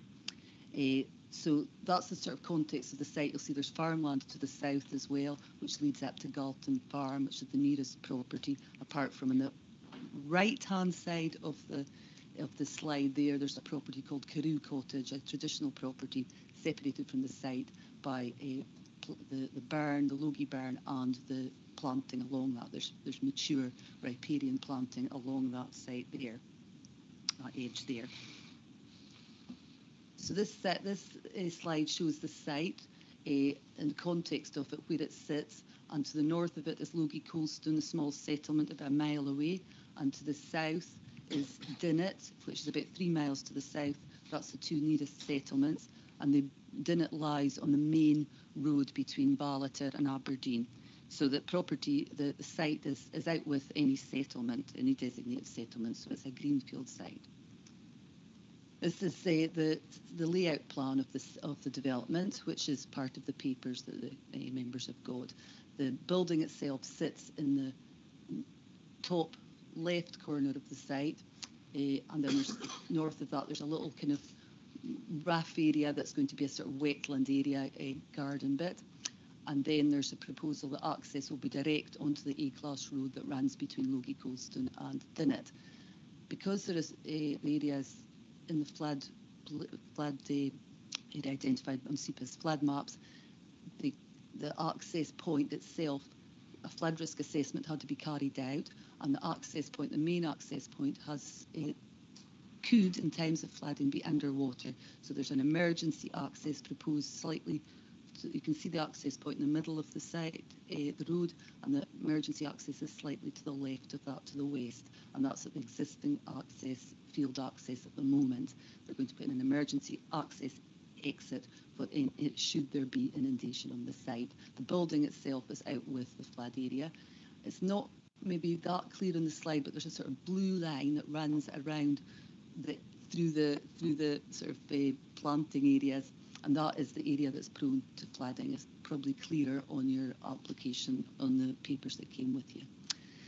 In the bottom left-hand corner of the site, it's proposed to have greenhouses and a solar array of solar panels, sort of for energy for the development, and beehives, some more planting, and greenhouses in that part of the site, all to do with the production that's proposed on site.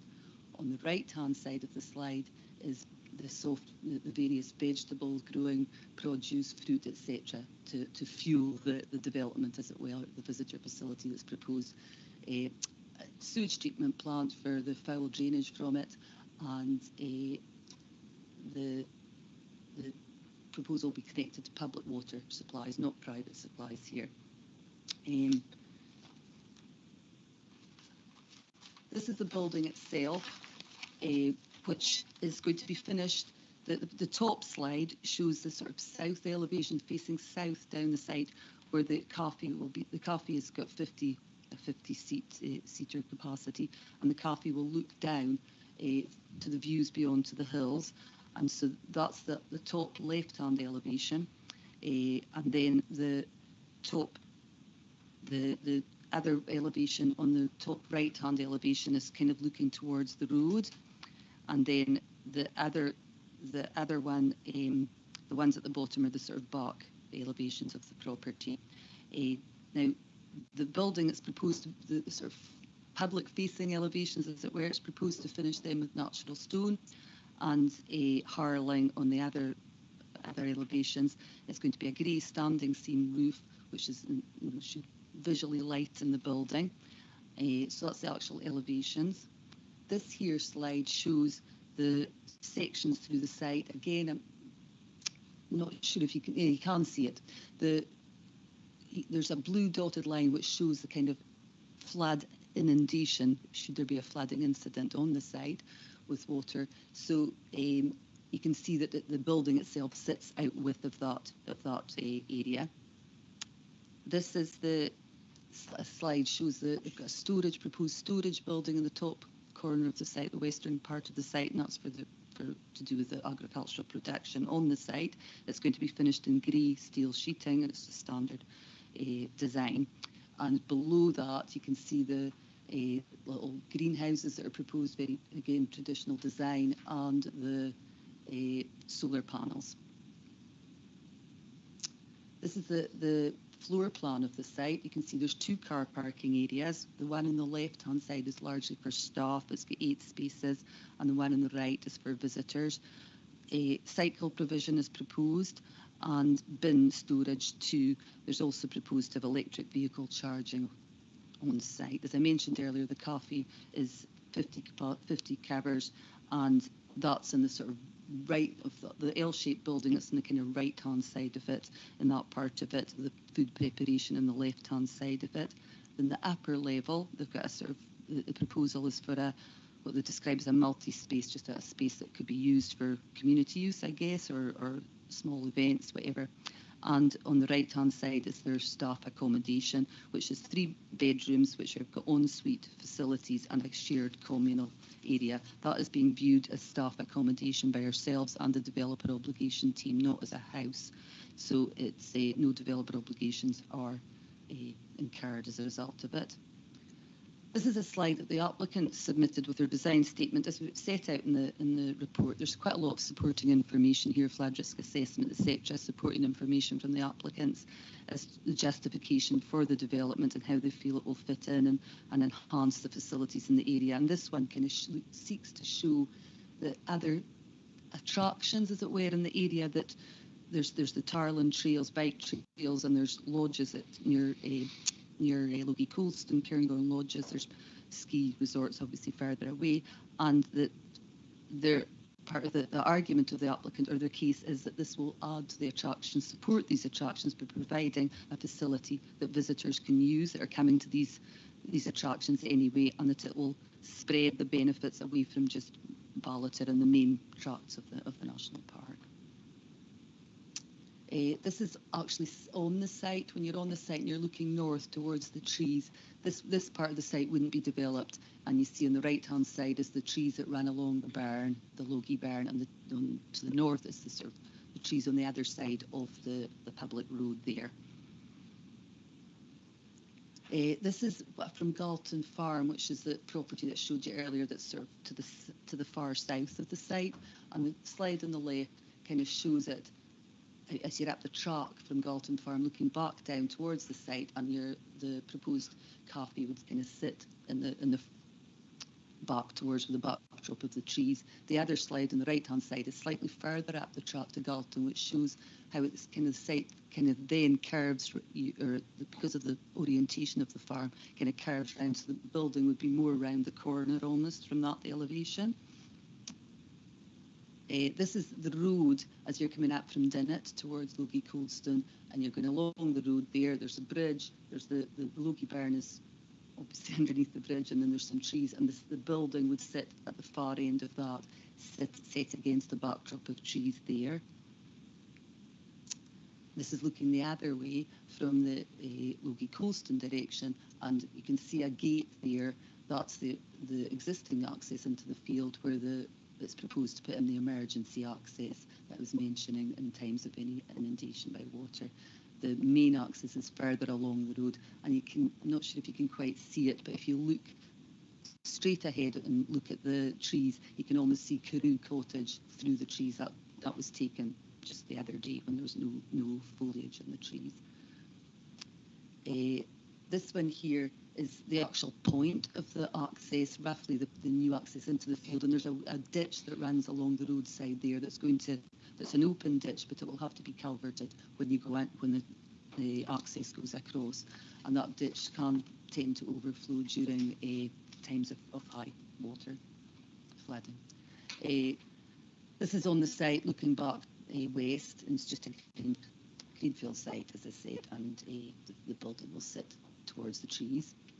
And that's when you're on the site itself, at the back of the site, the southern part of the site, looking on the right-hand side there is kind of where there won't be any development near the fence there. That's the fence line with Galton Farm.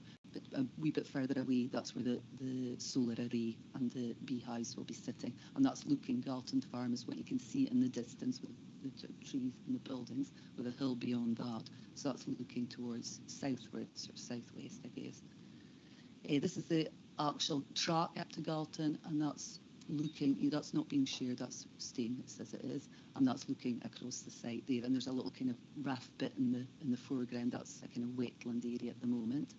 And that's a better photo of it looking back towards the trees. And that area was proposed to make a bit of a feature of in their kind of general landscape plan.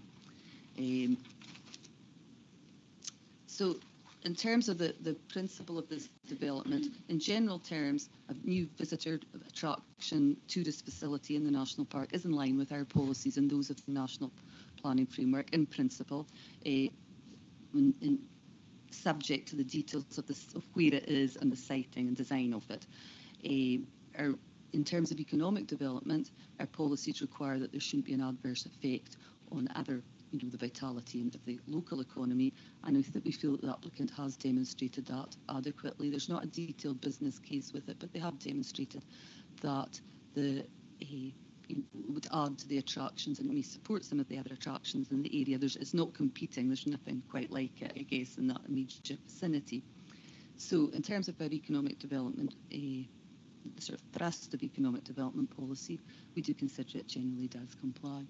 In terms of landscape and design, we've obviously consulted with our landscape advisor, and we consider that it will sit acceptably in the landscape. It's got a backdrop of trees, it's a sort of fairly discrete site, will be visible from the road, but only for short sections, and we feel it will fit in acceptably in the landscape. We don't have full landscaping details, but we've got sufficient information. They've shown a stone dike along the frontage of the site, and they've shown landscaping areas. They're proposing to retain the trees, the mature trees along the barn side. So subject to further detail in the landscaping of exactly what will be planted, then we do feel that there'll be a sufficient setting. Plus there's got to be all the new planting of the vegetation, the trees, the fruit trees, etc. on the site itself. Part of that will be that site could, at times where there's growing is taking place, could be underwater if there was a flood event. In terms of the finishes, we would ourselves, the planning service, would have preferred if the building was finished in timber, given its location. I appreciate the applicant is wanting to use natural stone and has got maintenance reasons for that. So if the application had been supported, we felt that could have been addressed by condition to get the details of the landscaping, of the finishes rather. In terms of the environmental impacts, the habitat regulation appraisal has demonstrated that there should be no adverse impacts on the designated site, and subject to a pollution prevention plan being produced, a construction environment management plan as well. And again, if the application were being approved, that could be addressed by suitable planning conditions. Ecological interests, again, our ecologist is happy with the reports that have been put in. It's a field at the moment, and there is quite considerable opportunity for enhancement of biodiversity, and the applicant's supporting material has indicated that the proposed put in boxes and bird boxes, etc. But again, the final detail of that could be addressed by condition. So in terms of environmental impacts, we feel it does comply with policy, both local development plan and national planning framework. Flooding is a big issue in terms of there has been 17 representations to this application, 9 of them objecting, 7 in support, and flooding was a big issue for including the Community Council. It had been mentioned to them, although they are not objecting to the application.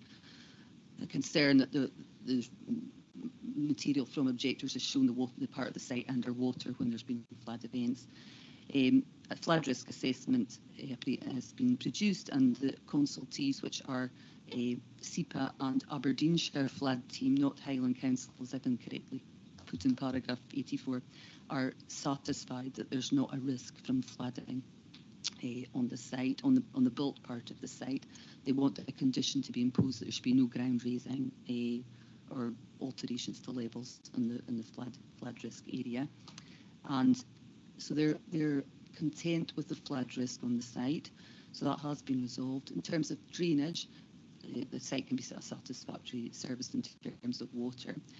Scottish Water have highlighted that it's a water catchment area, drinking water catchment area, but as long as any works are suitably done, any construction works, that shouldn't be an issue. So that's kind of covered by the construction and management plan that I mentioned earlier. And the flood risk team have want some further details to be conditioned on the detail of the surface water drainage, but they're generally content that with the proposals that have been put forward, they just want final details of the sizing of the culvert underneath the access point and so on. So again, that part of the application is considered subject to conditions if it were approved to comply with policy. Servicing, the transport team, the roads department, are content with the application as well and the details of it, subject to conditions to ensure that the parking, etc., emergency access are all done as per the details. There's the electric charging is provided. So, and technically, the application considered to comply with policy. In terms of amenity and the impacts on surrounding residential properties, there is only the 2 properties nearby, and we're happy that given the distances involved, the topography, the type of development, that there isn't a particular loss of impact of amenity for these properties, and that the objections that have been raised have been addressed throughout the report.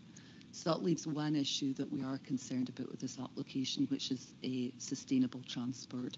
The application is outside of the settlements. It's on a road that has no public transport other than the Dial a bus, which my understanding from looking at their timetable is infrequent. There's no path links to the settlements, and so anybody walking or cycling would have to walk on the road. And the whole thrust of the national planning framework is sustainably sited development that reduces the reliance on the private car. This development could really only be accessed by the private car, and as such, it doesn't really comply with the policies on sustainable transport that are contained in the national planning framework, or with our own policy in the local development plan, which seeks to promote sustainable transport. And we appreciate that the traffic, the applicant has made, putting a lot of supporting information trying to address these points. We appreciate that there will be traffic going past the site, going to some of the other attractions, but we do consider that this proposal could become a destination in its own right, bringing in more traffic and more that's on private cars. And Policy 9 of the National Planning Framework, which is entitled Greenfield Land, Brownfield Land rather, specifically says that development on greenfield land should only be supported when it's explicitly supported by local development plan policy. Our view is that this part of the application fails to that this aspect is not complied with sustainable transport, and it's not reason that we're recommending refusal, notwithstanding the other merits of the application. That's our weighing up of the merits. There are ancillary reasons for refusal that we've got on the paper. Reason 1 is the key reason to do with siting and sustainable transport, but the other reasons are based on the things like we would need more details of landscaping, more details of surface water drainage. We don't have them at the moment, so there are ancillary reasons for refusal which could be readily overcome, and which, if the application has been supported, could be readily addressed by planning condition, we believe. So I think that's all I want to say on it. Thank you. Okay, thank you, Catherine. Do committee members have any questions for Catherine on the point of clarity? We've got Eleanor and then Jeeva.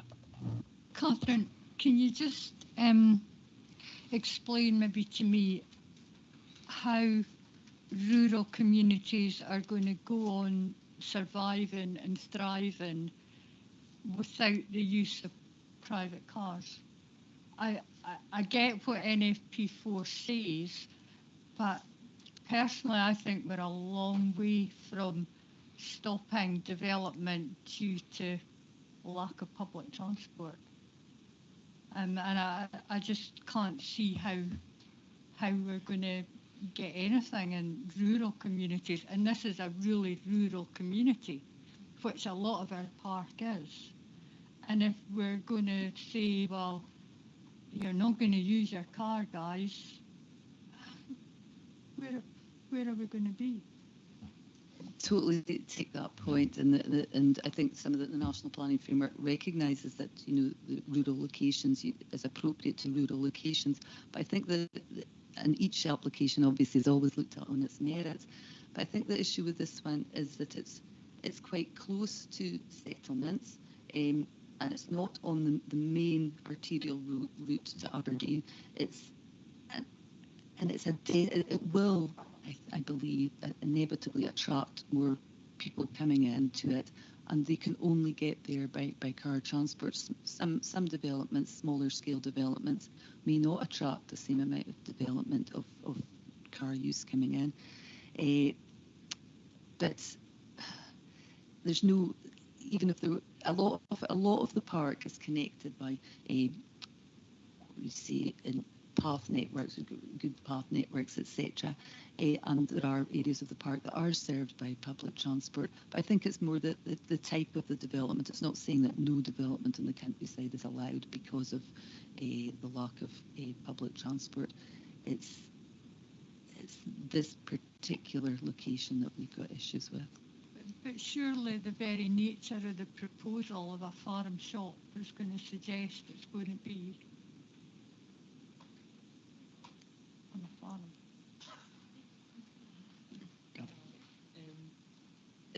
It's a greenfield site. When we talk of a farm shop,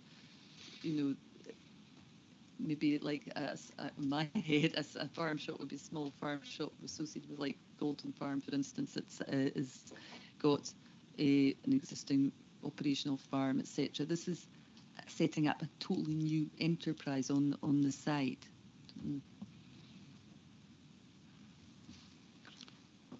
Okay, Gavin, can you come in on this? Just to add on that, I mean, we recognise that this is a tricky issue, and we've made a recommendation based on policy in one way, and it's down to you to give weight to the things that you think are most relevant in determining this application. That if you decide that you want to approve it, then that's still a consideration for you. You just would be giving it less weight than we have in our recommendation, and as you can see, in most other respects, we're quite satisfied that either it's a good proposal or would be capable of being a good proposal.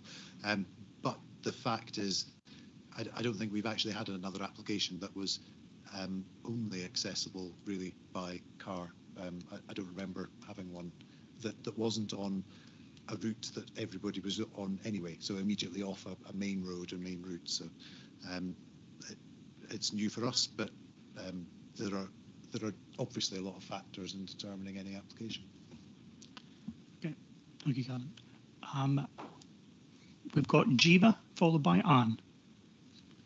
Yeah, thank you, convener. I've got sympathy with the transport issue because actually it's a route that the log lorries use, and in parts it's quite narrow. So I don't have an issue with what the planners are saying about that. Could I please take us back to the relationship with Galton Farm and how you access? There was so much information and so many slides. Can you just show us where the entrance to Galton Farm is and where the entrance to this site is, please, so that I can really get in my head what they're saying? Because I understand Galton Farm and the graveyard that lies beyond that, but I'm not sure about the relationship. Okay, this is the slide that where the grey cars parked is the access to Galton Farm, and so that's the corner of the application site.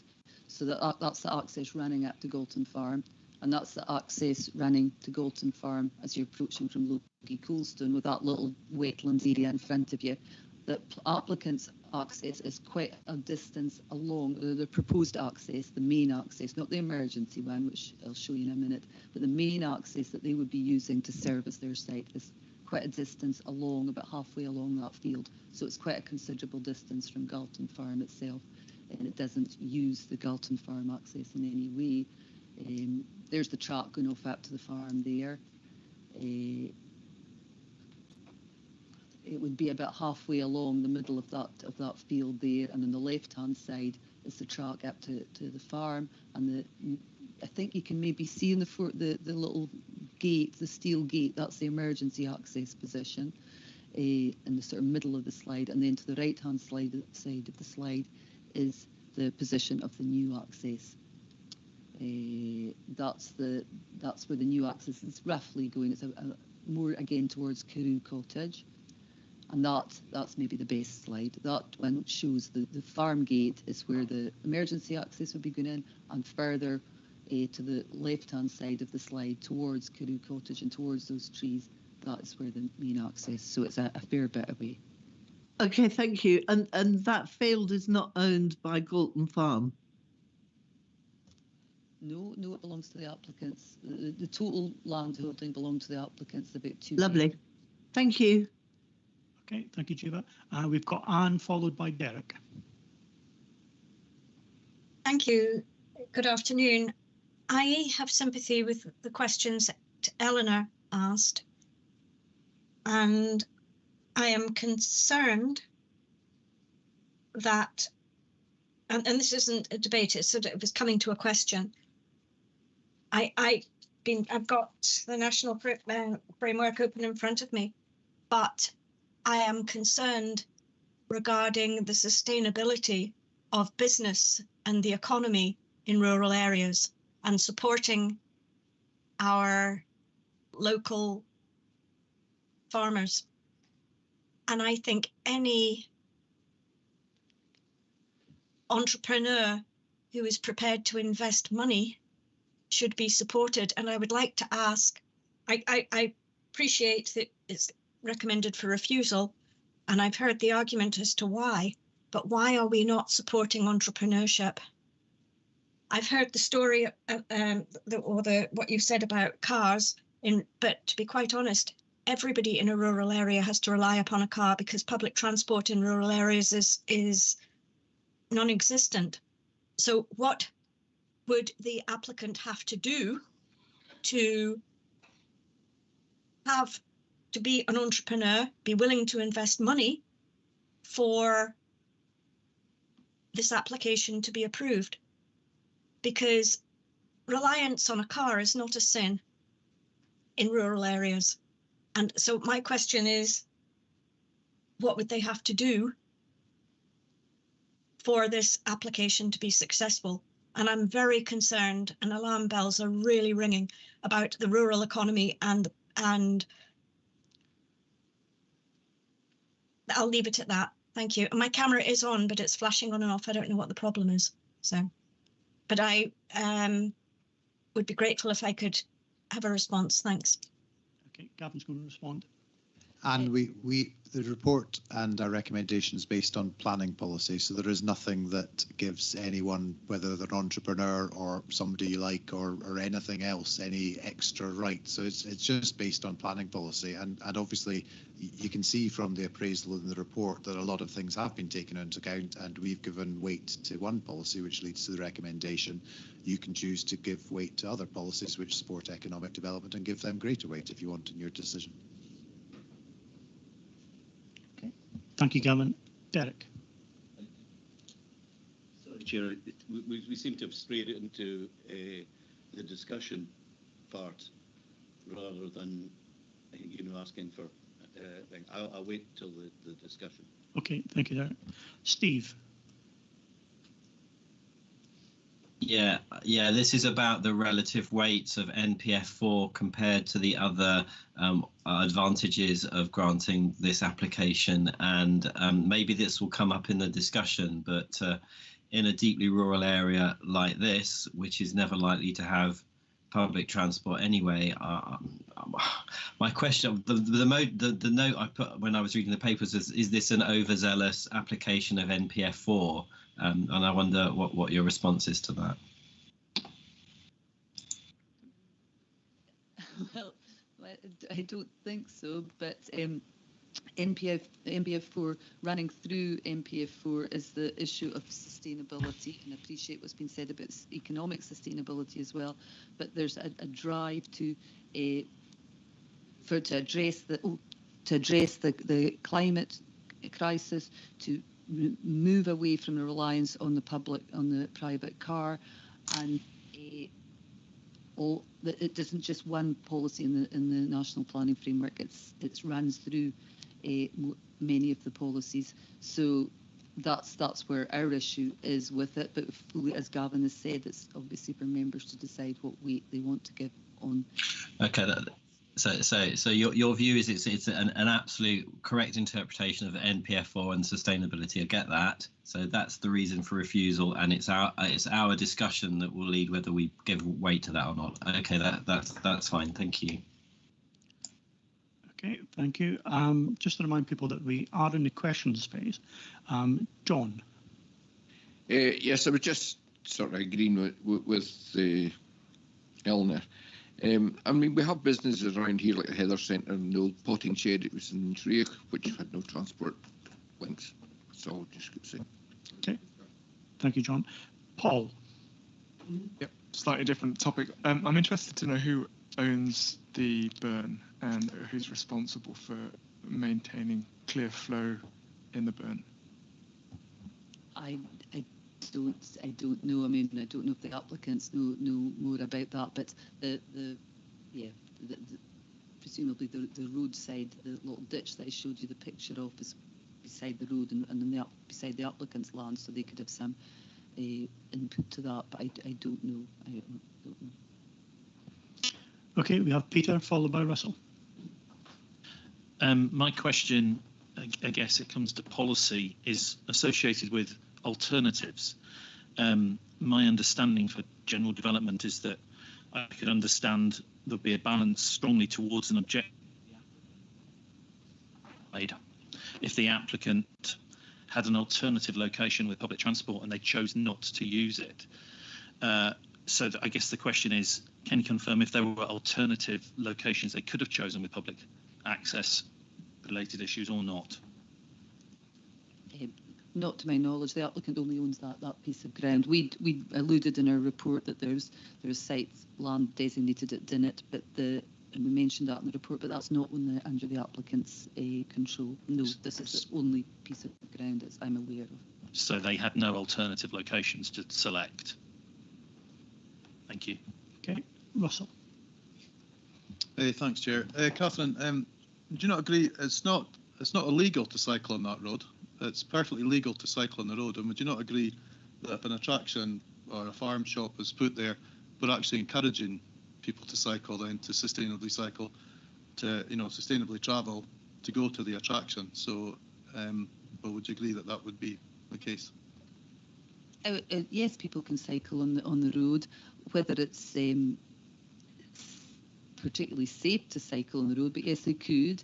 But the applicant has also made that point that they're making cycle provision, and so they're saying their staff could cycle to site, and if people want to cycle. So yes, people could cycle to the site, yes, on the road. Okay, we have Derek and then Anne.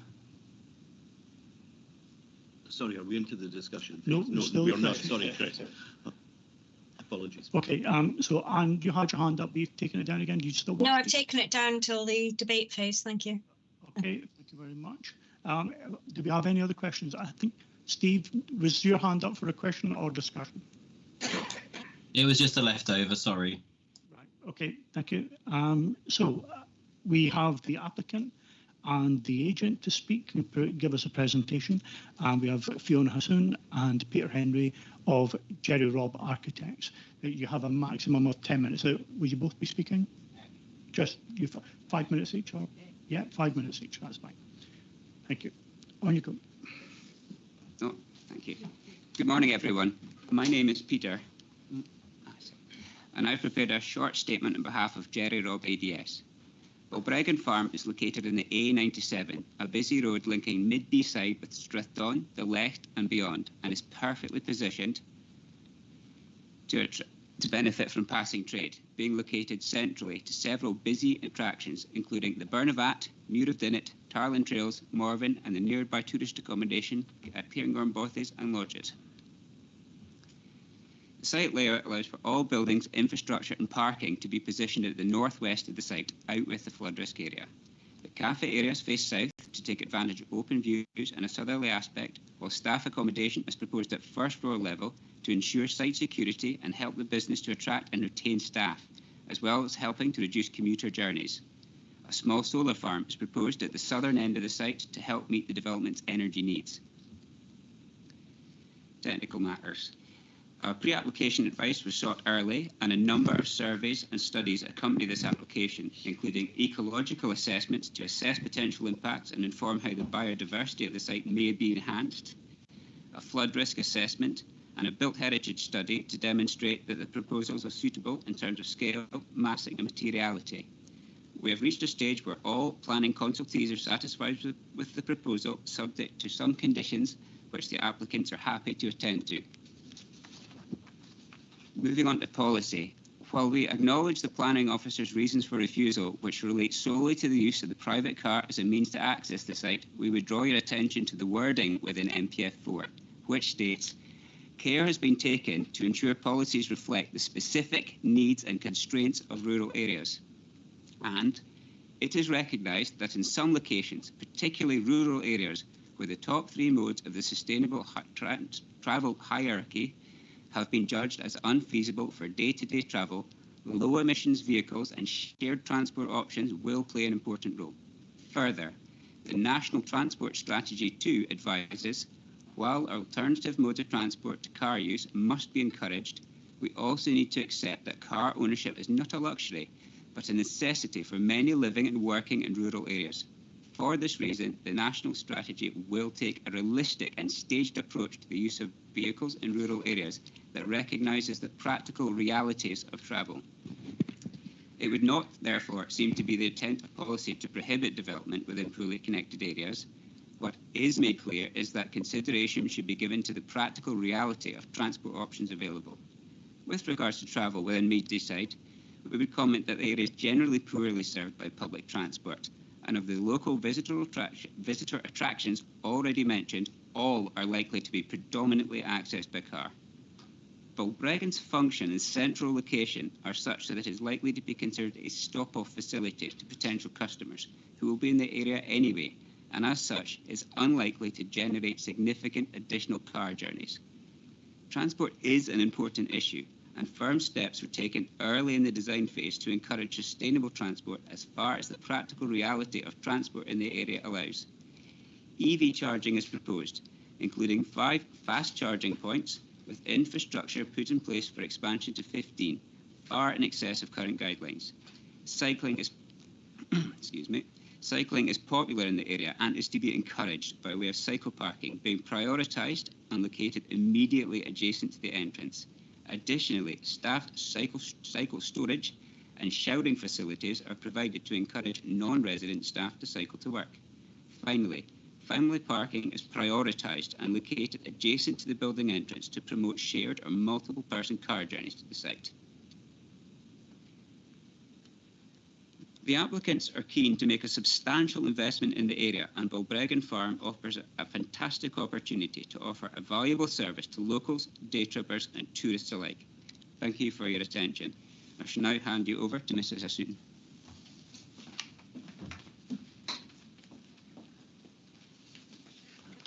Good afternoon. Am I a bit loud?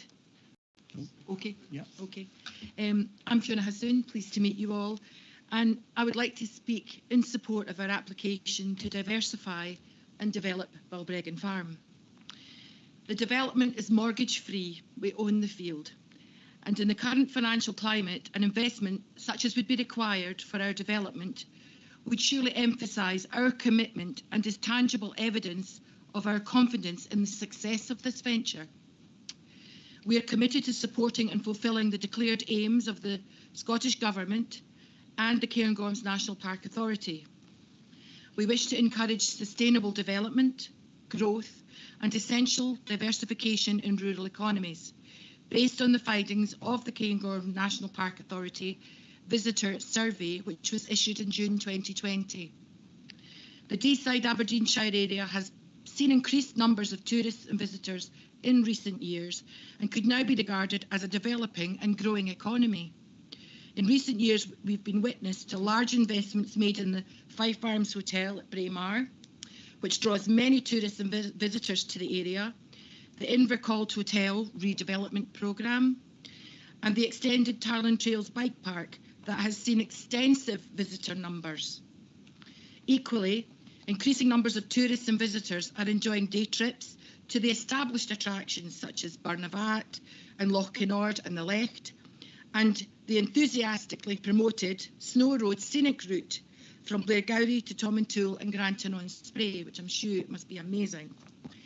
By way of supporting what are already recognised park attractions close by to Balbriggan, such as the Cairngorm Bothies and lodges, it is our hope to establish what will be regarded as a reliable and supporting business. The Cairngorms National Park Authority recently declared the results of their survey, citing well over 2 million visitors annually with a steady increase. The visitor economy is recognised as more crucial to the Cairngorms National Park than anywhere else in rural Scotland, supporting 43% of employment in the area. At this time, there are no similar businesses serving this local area. The diversification we have requested for Balbriggan Farm would allow us to grow, flourish, to create wealth that would ultimately benefit the whole local community. It is vital to enhance the quality of place and visitor infrastructure so the park continues to attract and increase visit numbers to the area. We had imagined that this would be regarded as a bonus and a valued service to the local residents and rural economy. We know that many local people and local established businesses could benefit from our development. We have an open dialogue with Cairngorm Lodges who are supporting of our application and feel it would be of mutual benefit. We feel enthused and determined to select tradesmen from within our local area, both in the construction and subsequent operating maintenance of the development and in the day-to-day running of the farm shop cafe. We hope to offer valuable employment opportunities to people from within the immediate local rural area. Within the Mar area, there are 31 recognised settlements with a population in the regions of almost 40,000 people. Rural isolation and its impact on mental health and well-being is well recognised. In providing a quality hospitality service, we aim to mitigate these effects for residents and visitors alike. It is the intention of the business to support local farmers and North East growers and producers to establish a market for their products and produce to be sold in the farm shop. We wish to offer retail outlet for our many talented Scottish artisans and crafters. Although the Balbriggan site has been evaluated as being low ecological value, it is our intention to enhance the biodiversity of the farm by planting business supporting crops and fruit trees, bird and insect supporting plants, hedges and trees, and to sympathetically develop a small water garden to support insect, fauna and flora. This, we feel, in addition to the beautiful views from the farm, is an enhancement to the whole area.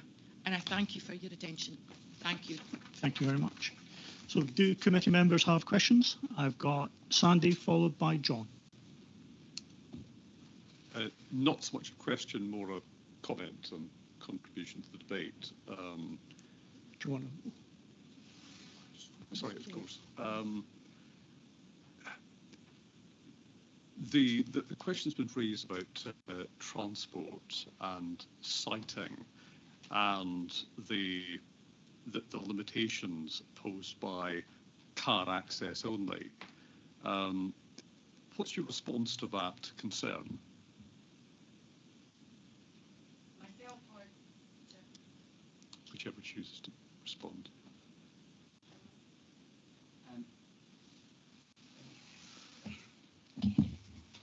Yeah, I think there needs to be an understanding of transport within rural areas, as already been discussed, and policy makes reference to. Just because a site does not have a reliable and regular public transport link and is fully attached to a path network or within a settlement, I don't think that should inhibit development. Policy 13, it's not discriminating at the NPS4, policy 13. It refers to all development, that's domestic, non-domestic, so you could use that policy to prohibit development in anything within a rural area if you choose to. Thank you. Right. Thank you. John. Yeah, I like this development, and rural communities, they bring them alive, businesses like this. Yeah. Questions, John? Oh, question. Oh, sorry. All right. I thought we didn't debate as well. Sorry. No. Right. We'll just leave it just now. Okay, Derek. No, we're on still on questions for. Yeah. So you're Lauren. Okay, Kenny. Oh, it's Paul first. Yeah, I have a question. Mr. Soon, do you know who owns the burn? Technically, no. My understanding from the legal documents we were given when we bought the field was that we have legal right to use the water of the field, and the trees that are down the side are protected and won't be touched. So my understanding is that we own up to the edge of the water. I assume that Mr. Drummond owns up to the edge, the other side, but who actually owns the barn? No, I'm sorry, I don't know. Okay.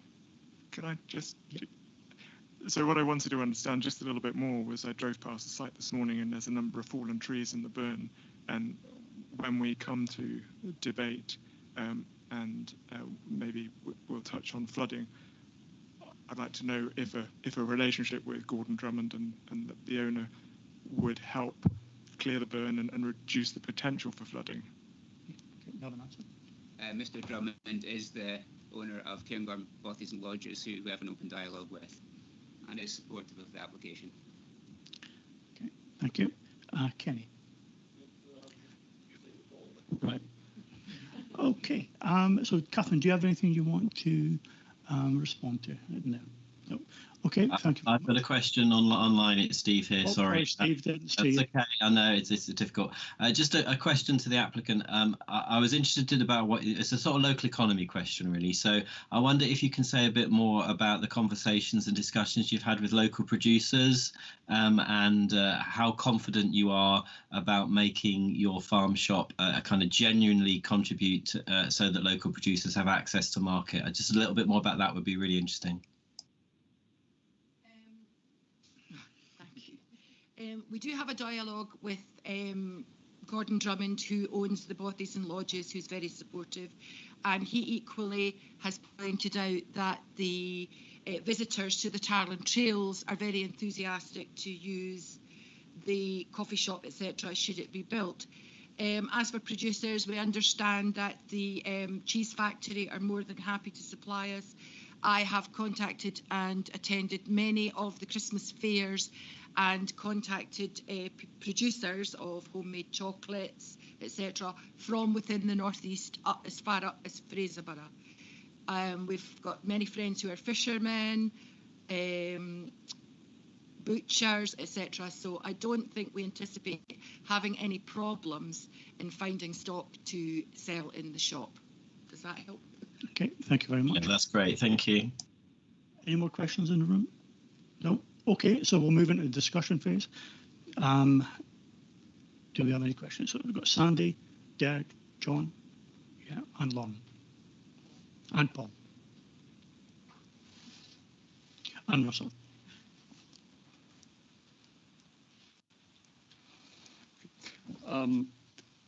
Just to say, and at the risk of labouring the point, we have very clear recommendations subject to conditions on the principle of development, economic issues, landscape and design, environmental impacts, flooding and drainage, servicing and amenity, which brings us to transport and National Planning Framework Policy 9.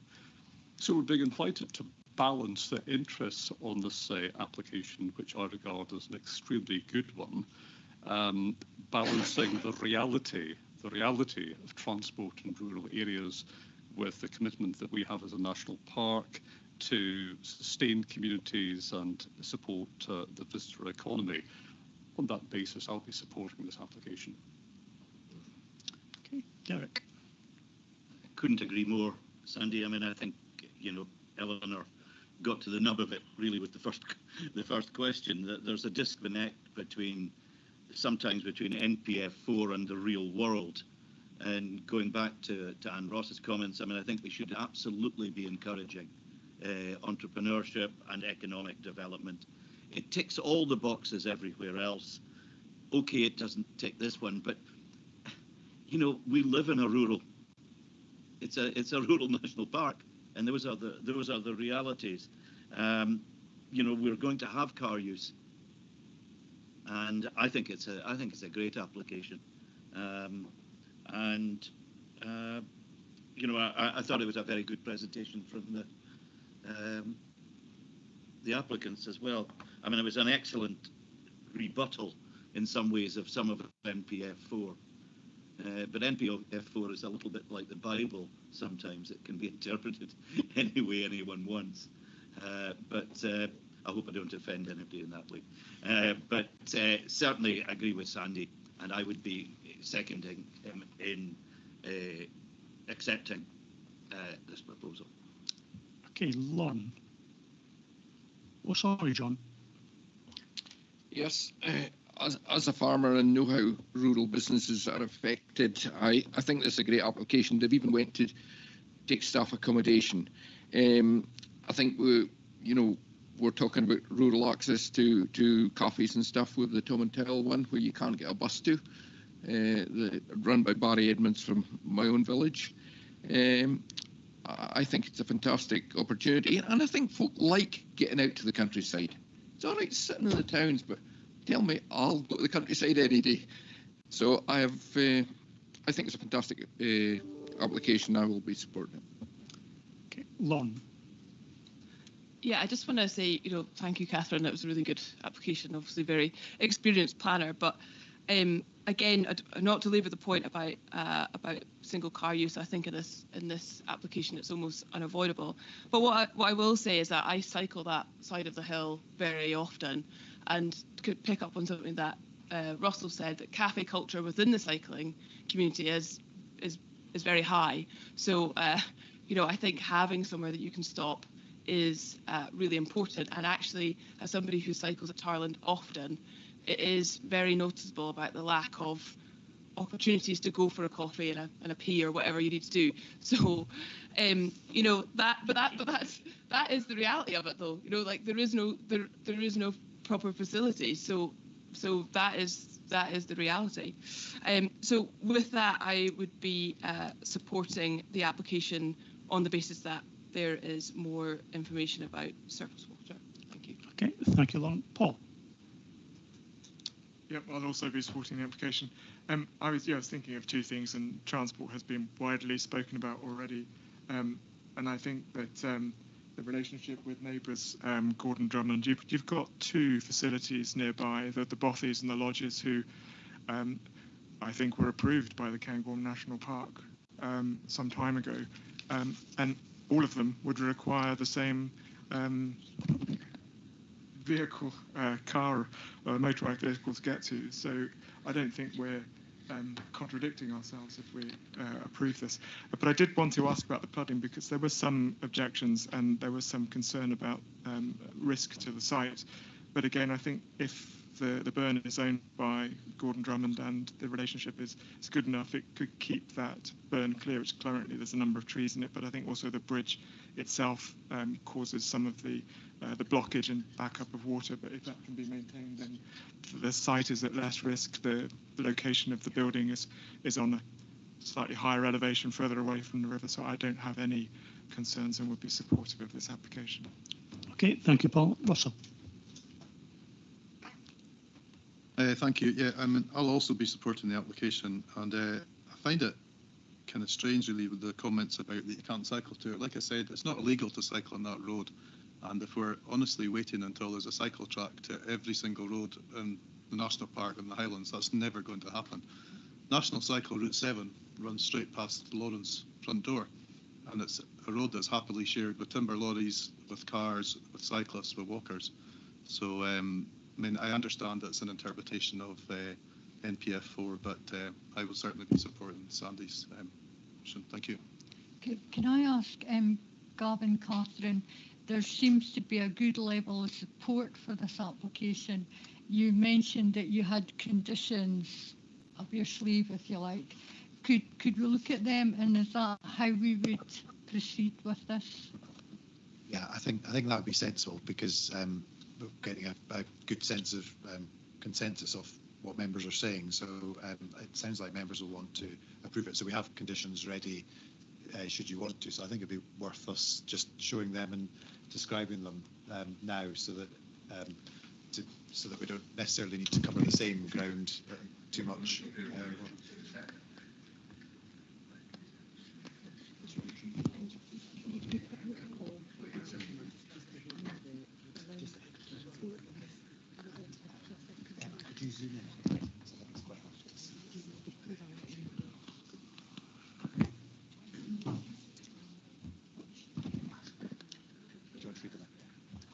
Okay, we've put the conditions up there. I appreciate there's a lot of words to read there, so I was just going to briefly go through them. There are 16 conditions. This is recognising the fact that that there's some information that we would have needed to do with landscaping and so on, that we could have asked the applicant could have provided, I guess, but it would have been more cost for them at a time when they knew we were recommending it for refusal. First condition is simply that they start within 3 years. That's a standard condition. The second condition is a site-specific construction environment management plan that includes details of water management, a site waste management plan, construction method statement, outlining how the culverts will be installed, details about environmental clerk of works, and a pollution prevention plan. That's addressing the issues that were to compliance with the habitat regulation appraisal, and it's fairly standard. Condition number 3 is no development to start until pre-construction surveys for protected species have been carried out, with any mitigation measures implemented in accordance with the species protection plan and overseen by an environmental clerk of works. Again, that's the applicant's own environmental ecological survey recommends that. Condition number 4 is a detailed landscape scheme, that we get all the details of the landscaping, the planting, etc. And again, I think that's fairly standard and should be readily addressed by the applicant. Condition 5 is details of the proposed lighting, and that's to avoid any lighting along the, and I'm sure this is not the applicant's intention anyway, but any light spillage towards Logie Burn and the woodland edge there. It's fairly standard, easy to comply with, I would have said. No development to start until trees are protected on site. That's the ones along the river, the Burn side, in accordance with the protection plan that they've submitted. No development to start until we get detailed samples of the proposed finishes, and we've said these details to reflect the requirement for the use of timber finishes on the main building and or natural stone, with the full details of the type, design, profile and configuration of the stonework to be provided, which I think the applicant was happy enough to give more details of the stone. Condition 8, no development to start on site until an updated drainage statement has been provided, and that's details of the design of the culverts, the surface water drainage on the site, how the parking area will be surfaced, to make sure that there's no flow onto the public road, and the supporting calculations. We've got a lot of the general information. This is just finer detail that flood team asked for. Condition 8, oh sorry, that should be 9. No development shall commence until details of the design of the cycle and bin stores are provided. And that's fairly standard.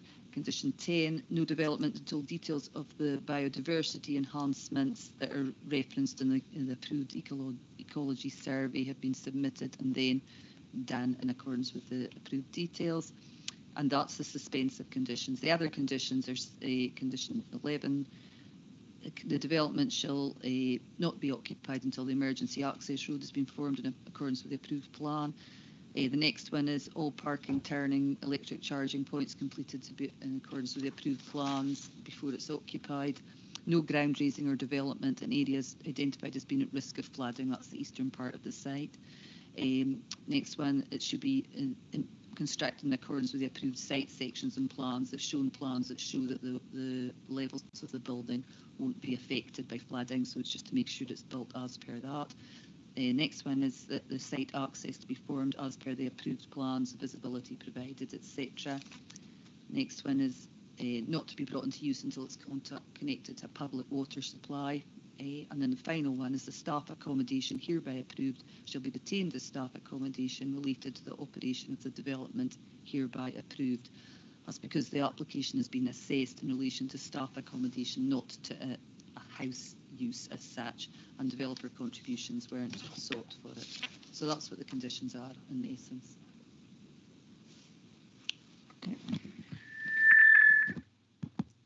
Okay, there's quite a lot in there. So I suppose it's if the committee are happy to accept that verbal walkthrough, or would there be a need for a deferral to bring it back to committee? I suppose is that the two options? I know we've yet got to establish if there's support for refusal. Yeah, I think that we've explained the conditions there orally, and they were up on screen as well. They're covering the standard matters that you would expect for an application. There's nothing out of the ordinary actually with any of those.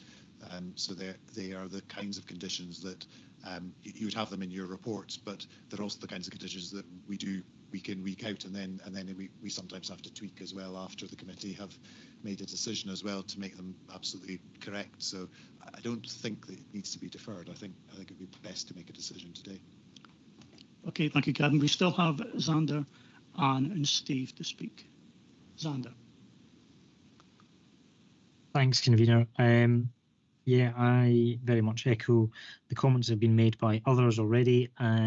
I think it's important to emphasise it's supposed to be a just transition to net zero, and that the reality is that in rural communities, large areas don't have any public transport, and if we say that any area that doesn't have public transport links will not be allowed to have economic development, then we're just consigning large areas of our communities to decline, and I don't think that fits in with the national park aim around social and economic development.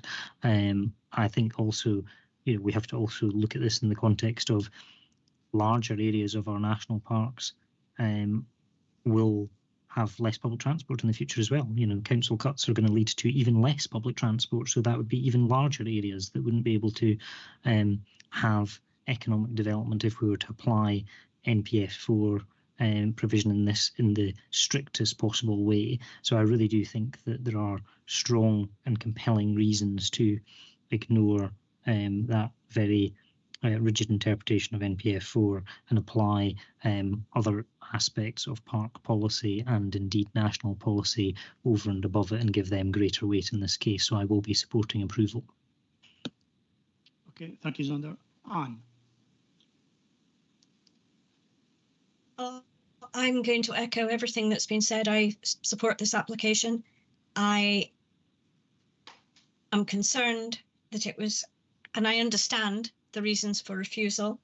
However, given, as Xander has just said, the lack of public transport in public areas, not public areas, sorry, in rural areas, and I think we have to be realistic and we have to support our rural communities and entrepreneurs when they come forward. I note that the Community Council said that they had concerns about flooding, but listening to what Paul has said and the applicant said when they spoke, I think those can be addressed, and therefore I am pleased to support this application. Thank you. Okay, thank you, Anne. Steve. Yeah, I think the benefits of this application outweighs the very rigid interpretation on NPF4 myself. I was convinced by the arguments that because of the other facilities in the area, that this will be a stopover place, a sort of T and a E type location. And I also wanted to emphasise the importance of these sorts of places, these cafes in really rural areas for the social isolation. And if it is a destination, I suspect a lot of people who live reasonably locally will come there to spend time in a lovely, friendly environment. So it will get my approval as well. I think it's a really good application. Yeah, right. So can John and then Paul, but can be as succinct as possible. Part of the conditions was car charging. We've just done one ourselves for a business and discovered it was going to cost $500,000. In a rural area like this, it might be impossible. How you know, how strict are we on that one? I don't know whether the applicants looked at if there's enough power in the area. So that was just raising that as a point. You know, it might be a difficult one in a rural area to get enough, because for a 5 charging unit, it needs one heck of a lot of power. We had a 2 charging unit in a town, and it was going to cost $500,000 to put it in. It's something maybe as planners we need to be aware of. Thank you. Paul, quickly. Sorry, it was really brief, just to say that I accepted the conditions as they were, and I think the development of the Cairngorm Bothies it required similar careful construction and mitigation. They had solar panels and they have buildings very similar to this, so I think the conditions are appropriate. Okay. Right, so sense in the room that there's quite a lot of support for approval of this. Do we have anyone to support the officer's recommendation of refusal?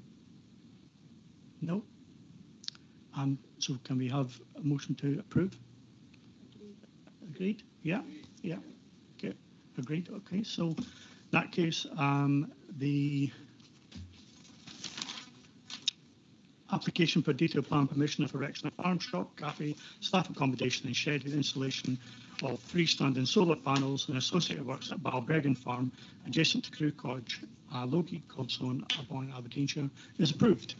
We're going to take a short break for a few minutes to turn people over. Also, yeah, I think we're going to do lunch as well. So we'll reconvene in 35 minutes, 12:30, sorry, 2:30. I'd say a bit earlier if possible. Okay, 20 past. 20 past 2. Is that enough time for everyone? Okay, thank you. Jeez Louise. I would only say that when there was like a sound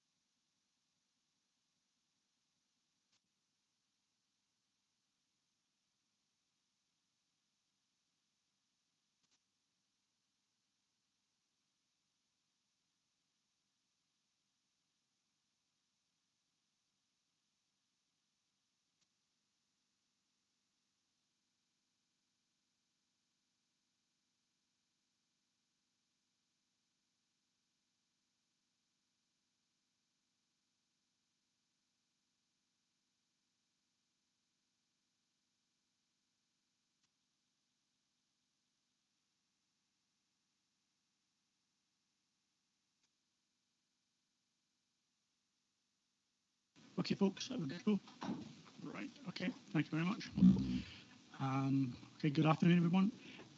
We're now moving on to item 7 on the agenda, which is the development of 3 affordable houses at land 80 metres southwest of Inchcraig, Inchcanusie, and it's for plan permission in principle, number 2023, Blake 0300, Blake PPP. Emma's going to lead us into this one. Thank you very much, Emma. Thank you. Can everybody hear me quite clearly? Everybody online hear me? Yep. Great, thank you. Okay, so the site lies to the south of the Loch Inch Outdoor Centre, and it's a field lying off a track which runs to the rear of Inch House, which is a Category C listed building fronting the main B790 road. The site is relatively flat with an existing pond and wooded area opposite it to the west. There's a small group of trees that lie beyond its boundary to the north, and the Speyside Way runs beyond its boundary over to the eastern side. The track runs off the minor road known as the U2099 just before Balnastick Farm. So the application is for planning permission principle for 3 affordable houses. Now, stress this is an indicative layout that the applicants have submitted in support of their application, and it just shows how the site could potentially be developed if planning permission is granted. It's intended that each house will be served by its own drive and turning area, and each house will have its own wastewater treatment tank. The access track will be extended and upgraded to a more suitable standard. This is just to give you an indication of what the site looks like. That is the field on the right, on the left-hand side of the image beyond the gate. That's the application site, and this is the access track that currently serves it. Again, just kind of looking over the site. As further down the access track to where it's proposed the access into the site would be taken. And turning up, looking in a northerly direction with the site on the right-hand side. This is just showing the access with the minor road, and looking back, you can see Inch House there, back down to the track. This is from the B970, and the site, sorry it's a bit dark, is in the background, just below the tree line. So moving on to the considerations. In terms of the principle, national policy seeks to encourage rural housing development and take account of what local housing needs are, and in particular delivery of affordable housing. The provision of affordable housing for those who live and work in the national park is a fundamental objective of both the partnership plan and the local development plan policies. This proposal is for planning permission in principle for 3 affordable houses. Now, notwithstanding this is a greenfield site, the development will provide 100% affordable housing on the site in a location where there is a clear need for such small-scale housing opportunities to meet a local need. The proposal is considered to be acceptable, subject to conditions requiring a suitable mechanism that is in place to ensure the proposed houses are secured as affordable homes in perpetuity.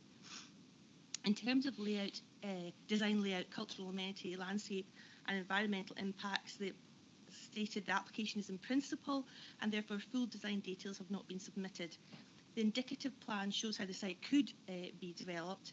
However, all detailed aspects of the development and appropriate survey work would be the subject of conditions which would be addressed at the subsequent MSC stage.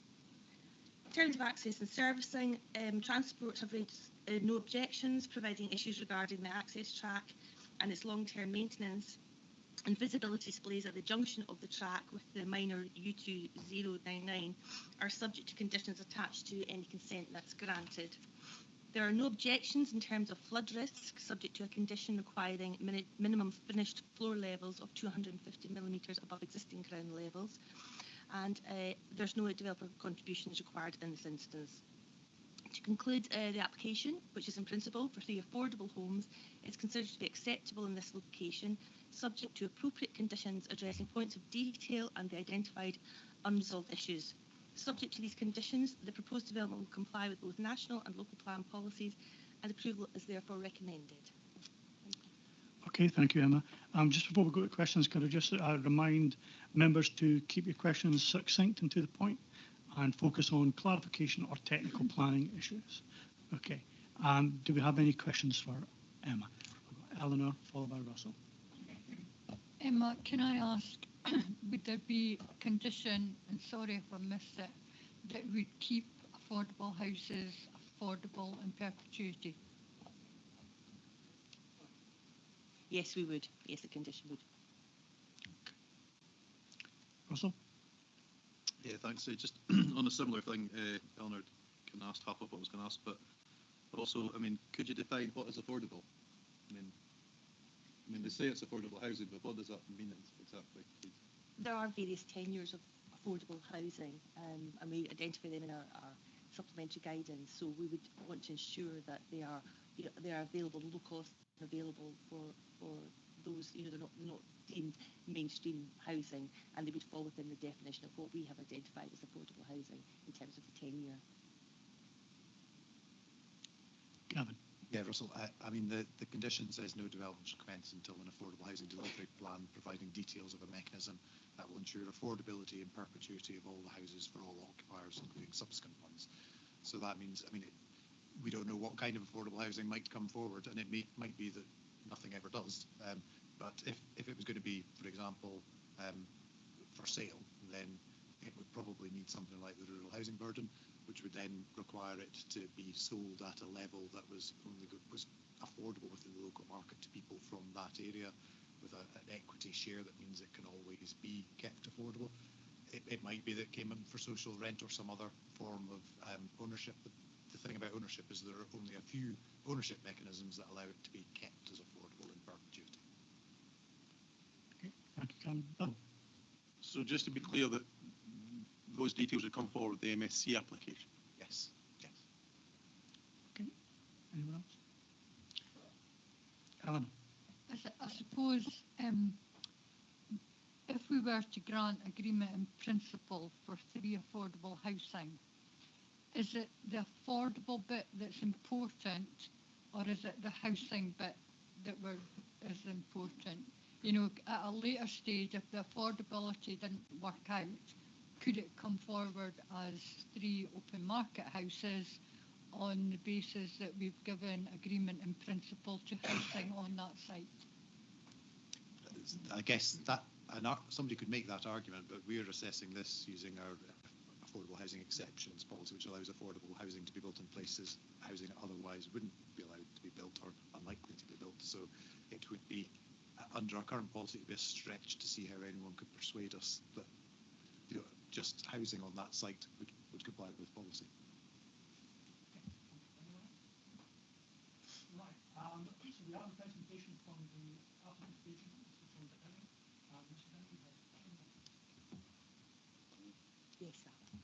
Yes, so good afternoon, my name is John Downey and I'm the agent for Catherine Williamson, who owns the site. Catherine's a local farmer. She lives adjacent to the proposed site. It's still a working farm. She's trying to have a hip replacement, so she can't be here today. But just to run through, our proposal is for 3 affordable houses on this greenfield site. It's currently serviced with water and electricity. It's flat, there are no trees, and I think it would be considered to be a very easy site to develop. There's an existing access from the minor road that leads to Ballingean and Glenfeshie. The intention is to upgrade that, including the visibility space, should the PIP be approved. The houses have been placed to the north of the site to sort of link into the existing group of houses that sit to the west of it. It's recognised that Kincraig has a big need for affordable housing, and that's noted in the settlement objectives that are set out within the CNPA's local development plan, and indeed sort of a desperate need for affordable housing Highland Council wide. This development lies outside the local development plan maps for Kincraig, but as it stands, there's no land available within that area, which is why I see this as such an opportunity to get affordable housing into Kincraig. The development add to the existing group of houses that sit to the west. These are of mixed housing stock, including holiday lets, and with careful consideration to the design, layout and landscaping, I think we could enhance this group and make it only partially visible thanks to sort of landscaping and tree planting. And there are local precedents for housing groups of this similar style, just up the road at Ardgale, only about a mile away. I think that's regarded as a huge community success, and it is often used as a case study for housing of this type. And there's also the old sawmill up at Rothley Marcus, which has allowed local people to develop their own house on private plots. And I've worked with similar projects within the Highland Council, Gale, Clopton and Skye, all for that small community housing trust. There have been a few objections to the application, so I'm going to just run through them and comment on a few of them. Underground power was a concern.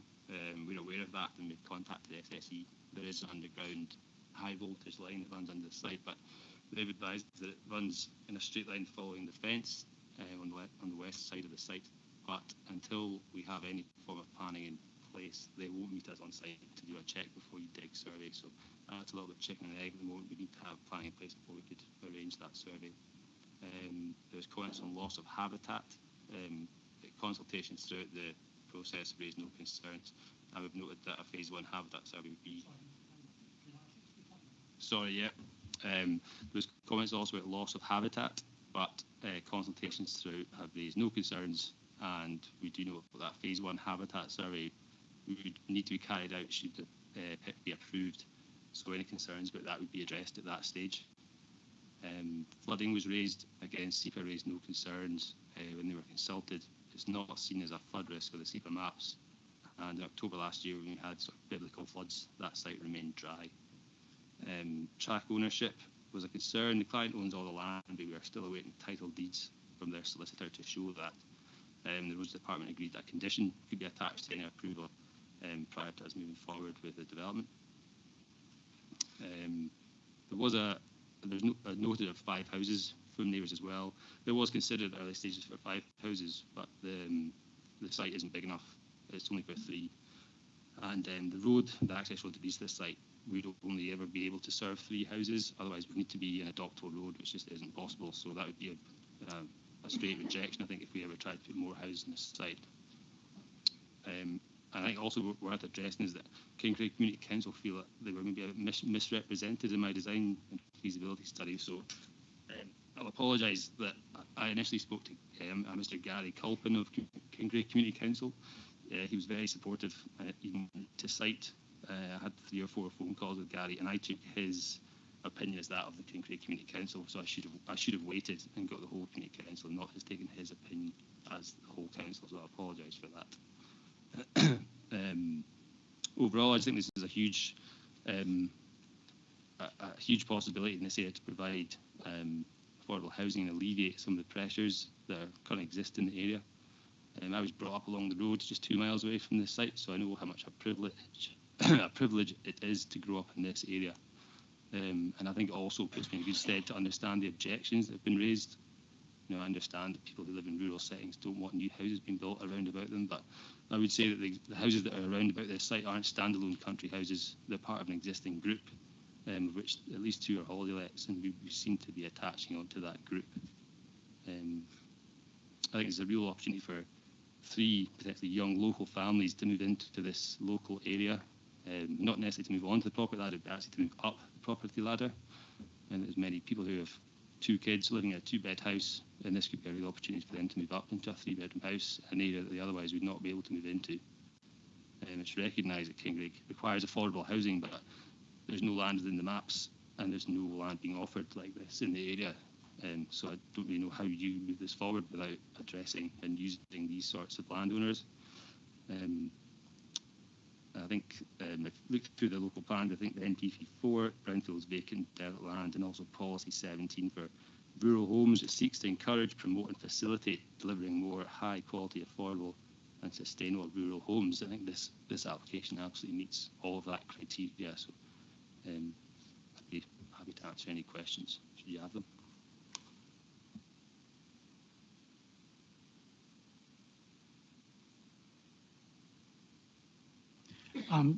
Thank you, Mr. Downey. Do we have any questions, Russell? Yeah, thank you. You did address the issue of who owns the track, but sorry, I missed what you said about that. So who actually owns it? So Catherine Williamson owns the track, but she is currently still waiting on her solicitor's title deed drawings, which we weren't able to provide at the PIP stage for Rhodes, but Rhodes did agree that they would accept that as being attached to the condition. And I think should it be approved, first thing, two things we need to address initially would be track ownership, which we know is Catherine, but we need the solicitor's drawings, and underground power line, which we wouldn't want to move this project forward until we address that straight away. And who would actually be responsible for the maintenance of the track? Well, I think it would have to be agreed. It would depend how the site was developed. We've spoken to the Small Communities Housing Trust, and there's a number of developments like this that share access, and they have solicitor agreements drawn up with who maintains that track going forward. I mean, again, Ardgale and Sawmill, they must have addressed these issues as well. So it's something that would come up, and it would have to be addressed, but it would have to be dealt with once we knew who was actually going to be owning that land going forward. But we would assume at this stage it would be the Communities Housing Trust. If that'd be a condition that we could put on it, that there would have to be an agreement who. I think it already, the Rhodes noted that. Yeah, I think the Rhodes will want to know how it's maintained. I mean, it's a little bit early to predict who will be responsible for any maintenance, because it will depend on the kind of development that if one comes forward. I mean, most likely, normally it's shared between the occupiers of those houses. So it's important that there is a condition that roads have sort of a traffic management plan which includes a number of things, and it's all incorporated condition 8 on this. But just to be clear, that who is actually responsible at the end of the day may vary, because it's most likely to be the owners themselves of the properties. Do you have any more questions? Yes, Gareth. I was pleased you cleared up something for me insofar as I was really mystified about the Community Council comments about the planning application and being misrepresented. So I was quite pleased that you cleared that up for me. Thank you. Right, Ken. Hi, thank you, Chair. It looks as if there's an overhead line also on the site. Is that an issue for the development? So should we go forward, obviously at building warrant stage, it possibly is. You have to be 6 metres away from the line, but it's not seen as an issue by SSE to put that line underground. We might need to move a high voltage line, so there's certainly no issue going from pole to pole, putting that underground as well. Again, quite a common issue on sites, to be honest. Okay, there's no questions in the room, and doesn't seem to be any online, so thank you, Mr. Downey. The next presentation will be from the objector, and that's Mr. Keith Taylor. Mr. Taylor, you have 10 minutes.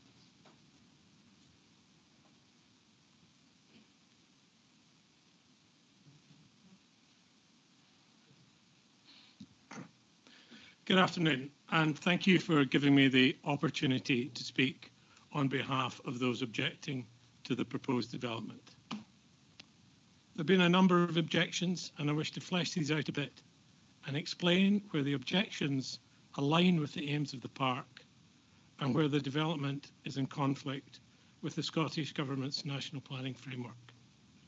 But first, I wanted to clear a couple of points up in the applicant's design statement. This was taken just in October last year. The farmland is used. We'd already had an apology about this. So I'll go on to this. The applicant states that it's only 1.5 miles from Kincraig Village. I live locally, so I thought this was a bit ambitious, so I Googled it, and it says it's 2.2 miles from the site to the old post office cafe, and then from the old post office cafe, it's a further 0.9 miles to Alvey School.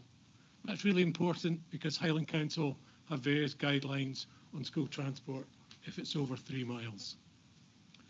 This is in complete contrast to the Baldo Meadows development. This was a drop-in session, a community consultation on the 15th of November last year, and Scotia Homes are building in their phase 2 as part of that. They're building 12 affordable houses just opposite the school, a few hundred yards from the village hall and much closer to children's play areas and things like that. Visual impacts, these are important. It's on the B970, Cycle Route 7. It will be clearly visible from the East Highland Way, Badenoch Way.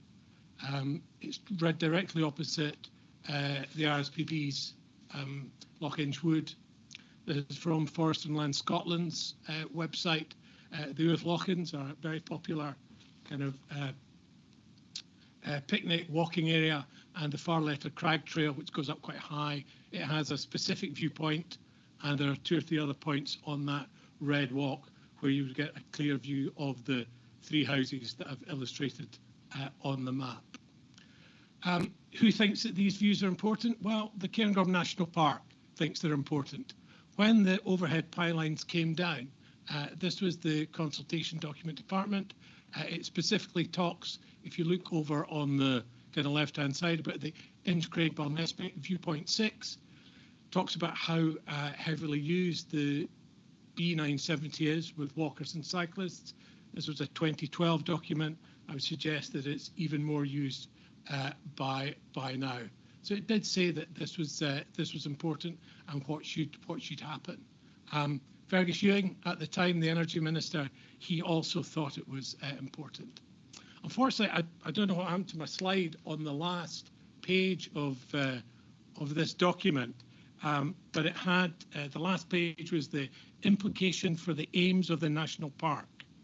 And under aim 1, which was talking about conserving and enhancing the natural and cultural heritage of the area, it basically said, the route and works have considered the impacts of the natural and cultural heritage of the area, and in overall terms, the proposal presents the opportunity to offer some enhancement to the visual amenity of the area. And in aim 3, which is promote understanding and enjoyment of the area, it says, the underground proposals in some of the more visually sensitive areas will assist in increasing the general public's enjoyment of the special qualities of the area. So now onto the site itself. The track runs really close to Inchcraig Cottage. The view on the right is from the downstairs sitting room, and again the view on the right is from the upstairs bedroom window. The track is right there beside the cottage. I want to talk a little bit about flooding and the water table. Here, there's a culvert which is really important, okay, because the flooding matters. This is a view, the circle is of Inchcraig. You can see where I've popped on the 3 houses. You can see that on this map that the area around that is marshland. And this marshland is controlled by this culvert, which is at the road end. The culvert runs across the road. There's an inspection hatch on the other side of the road, which is down here. It's at this end of the track. Sorry, my slides don't seem to be quite in the correct order. This is the culvert. This is where it happens at the end of the track. And when it rains, the water really squishes through that culvert. This culvert is really important, okay, because when you see the map at the end here, the current bellmouth is the kind of thin grey line there, and basically the culvert is at the end of that bellmouth, and the plans are to build over this and make a hard standing. If this culvert is blocked, this has really disastrous effects. I don't know, the culvert did get blocked a number of years ago. I don't remember if Councillor Lobbin remembers this, but he and the late Dave Fallows were instrumental in getting Highland Council to replace it. As I say, they replaced it. It goes across the road to the inspection hatch. I'm really sorry about my slides here. I don't know what's happening here. But as you can see on the developer's map, there's no mention of any culvert or this drainage. And this drain, it runs across the road and down into Lochenge Wood and down into Lochenge. So there is a direct water course down into the loch. This is important. These are the heights in metres at that bellmouth end, and you can see the bin storage that's also going to be built. I can put a laser on this. How do I do that? Oh, so basically there's a drainage ditch that runs along the side of the track here. Okay, the culvert would be there. As I say, it's not marked on any map. And when this culvert flails, as you can see, I'm sorry, the slide's the wrong way around, but the area floods. There needs to be a bit of a drop. This is a view of the track flooding, and this is the garden at Inchcraig on the left. You can see the flooding on the patio, you can see the flooding on the lawn, and you can see the flooding where it would be in the field. Again, another image of the track flooding. So I really feel that that this contravenes Section 2 of the National Planning Framework. In addition to this, just as an aside, my wife and I own Inchcraig, and because of this flooding, we do have to pay an increase in insurance premiums. We talked a little bit about the high voltage power line. Sorry, we're going back here. I can jump this forward. Okay, so this was the Etheridge to Boat of Garton power line. When the power line came down, it runs through the development field. There are various warning signs and things about it. This is Inchcraig in the background on the one on the left. There's a map of where the power line runs. You can see Inchcraig's here. This is that pond. This is Inch House at the back here, and this is the development field. You can see it from space. This is from Google Earth, and you can see where the power lines are. It's not very clear, but you can see these two parallel lines running through here. This is the underground power line that is going to run through. And when I say power line, I don't mean like an overhead cable. I mean a pylon line. Okay, this is when the pylons came down, and this is where the pylons are. This is that you have to imagine where sites 1 and 2 would be affected by this. That's the kind of where the pylon line runs through the development site. And basically, under the policy 4, health and safety, the policy intent is to protect people from this.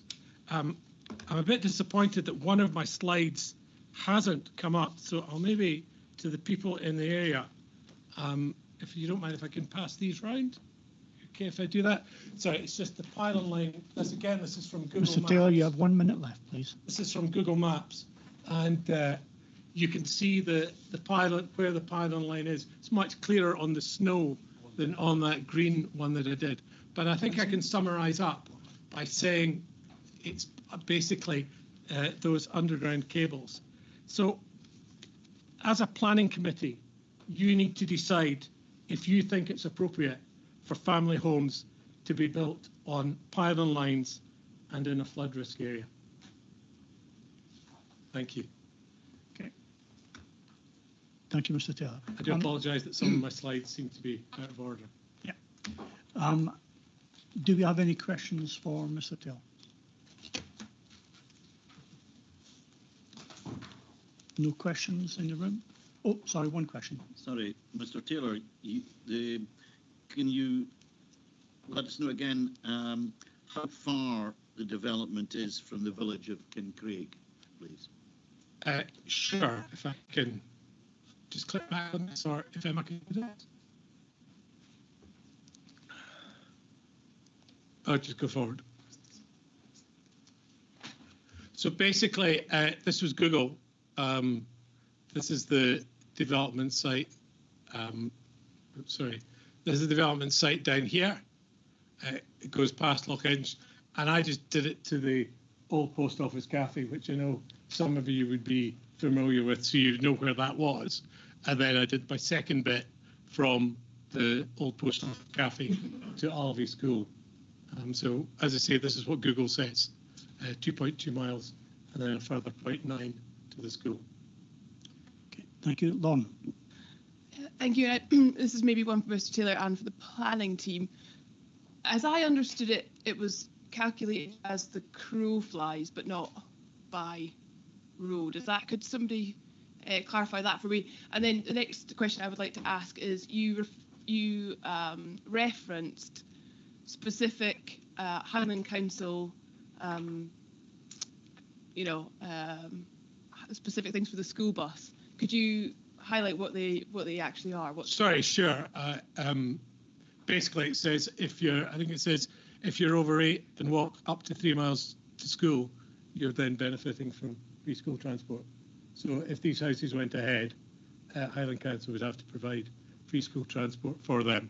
Again, it could be that you may not think that the walk along the B970 unpaved road would be appropriate for children to walk. There's no pavement. Thank you. Russell. No, Chair, it's fine, thank you. It's pretty much the same question. That's been answered. Thank you. Is it crow flies, or how is that calculated? Just for clarification. Google calculated by road. It should be by the route, not by crow flies, obviously, because there could be some insurmountable barriers in the way. Yeah, that's why I just want clarification. Okay, so Emma, do you want to come back to any of those points and respond? No? Okay, so we'll go into the open discussion.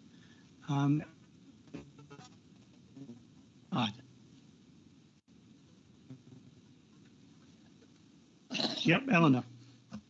Just on the undergrounded pylon lines, is that not what the applicant was, or the agent was saying? There had to be planning permission in place before SSE looked at the site and determined where they actually were. And is there not a presumption that the building wouldn't go ahead above these lines? Two different parts to this. Yeah, I mean, well, unless SSE said no, it's perfectly safe to have buildings on top of them, which seems unlikely. But remember, planning permission in principle is a word, but it doesn't give us much permission as it implies, because you have to discharge all those other conditions. So there are lots of other things that may mean that the development just cannot happen. And if they find that, yes, the power lines stop them, then that'll just put an end to it. Okay. John. We have these power lines running through our farm, and they would not be allowed to build on top of them, that's for sure. There is, even if you run a sewage pipe across them, you've got to get special permission to dig. So there is no way. There is a certain distance you can't do anything up to, you must be 25 metres or what away from these pylon lines before you're allowed to do anything. That's as far as I understand, as far as the rules we are told. Okay, thank you. Russell. Yeah, thank you. The also principle of having the affordable housing at, where they are, personally, I don't have a problem with that. I mean, I was brought up an inch about 3 miles along the road from where these are supposed to be, and I was miles away from any play parks, and I got the bus to school every day, so I don't really see that as a problem. However, I do wonder, there's potential, as Kenny mentioned, about the overhead lines there, and the applicant said they might have to be moved. We don't really know where the underground lines are, and they don't actually know exactly who owns the access track at the moment, although they think it is the applicant. I mean, is it a case that we should be perhaps deferring this until they can find out? I know they said it's a chicken and egg situation with the underground lines, but I find that hard to believe. Surely Scottish Hydro or SSE can tell them where it is. I mean, I know when I was contracting, if I wanted to get them out to mark a power line, they'll tell me where it is. So, could we defer this until we find these things out? I'm not sure that really helps in this case. I mean, the ownership of the road, the track, the council are quite happy that can be clarified. And obviously, if the applicant, or if they don't control it, then they don't have a right to develop it. So that'll mean that they can't do it. The power lines bit, I can understand that SSE don't provide information to the general public unless there's something clear that triggers that, and this will trigger it. And I guess it might be that there is scope. It looks a bit like there's a problem there if what we've seen on the slides was true, but the applicant needs that accurate information from SSE, and us giving permission doesn't will help them do that, and it doesn't. We're not giving them permission for development at this stage. That's the critical bit. But just to come back to that, so they then couldn't build if the power lines, if the underground line ran right through it. If they had to move the overhead lines and get them undergrounded, I mean, that's not cheap in itself. So how affordable do the affordable houses become at that point? Or is that part of the consideration? They'd be telling us when they come back with their explanation of how the houses are going to be affordable in order to discharge that condition through an application. So, okay. Right, thanks. Bill? To be quite honest, I think we need affordable housing in the countryside. I think anything we can do to develop affordable housing in acceptable places is a good idea. I think it's stretching the imagination a wee bit to claim this is an extension to a housing group. It's on the opposite side of the track. It's not actually directly adjacent to the existing housing, but that doesn't detract from the fact, I think, that we do require affordable housing. I think the power lines issue, it will be dealt with at a later date. The power lines issue does not stop us giving what used to be called outline planning permission, or planning permission in principle as it is now. So I'm quite happy to support the idea of us giving planning permission today. Okay. Anyone else wish to speak? Oh, Derek and John. I'm a little concerned. I mean, I agree with Bill Lobbin in terms of the. There's no need for that, Mr. Lobbin. No need for that. I agree with Bill Lobbin in terms of we need affordable housing, but it has to be in the right place. Is this really, when we're looking at it, is this really in the right place? It says on page 10, the last paragraph, the village of Kincraig and its environs is a small community where it is recognised there is a need for small-scale housing opportunities to meet the local need, in particular affordable housing. But it's been demonstrated that this is a fair distance from Kincraig.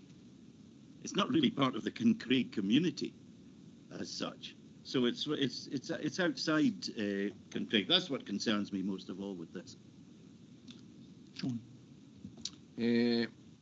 Well, I tell you what, I would rather be living outside Kincraig than in it. That's for sure. Or maybe just the country looning at me. And I agree with Bill. I don't see any reason why there can't be houses in the countryside. Why should everybody be crammed up in these bloody towns and villages? You need a bit of space. So I support it. Right, thanks, John. Lon. Yeah, I think just to kind of say, I do hold sympathy with some of the objectors. Although I have to agree with Bill and Russell and John on this. I think this provides a really good opportunity to build good social housing if done well. And to kind of echo John and Bill's point, I think the overhead power line or over and under power lines will kind of deal with itself in planning. And as somebody who lives on the B970 further along towards Inishriach, I kind of understand, and I am slightly worried about the track opening. I zoom up and down my bike all the time. It is a bit of a concealed entrance, but I can see in here that there's mitigations put in place. But I think, if done properly, this could be a real privilege to live here. And I think that's something that we can, we should value as important, because building good quality social housing is at the heart of the National Park's aims. And so as much as I've got sympathy, I can also see a real need for this type of development. Okay, thank you very much. That seems to be more in favour of this. So can I ask, are committee members content to take forward the officer's recommendation to approve the application? Great. Okay, thank you very much. We will move on now to the next item, item 8. Just give a couple of minutes for the agent and the objector to leave.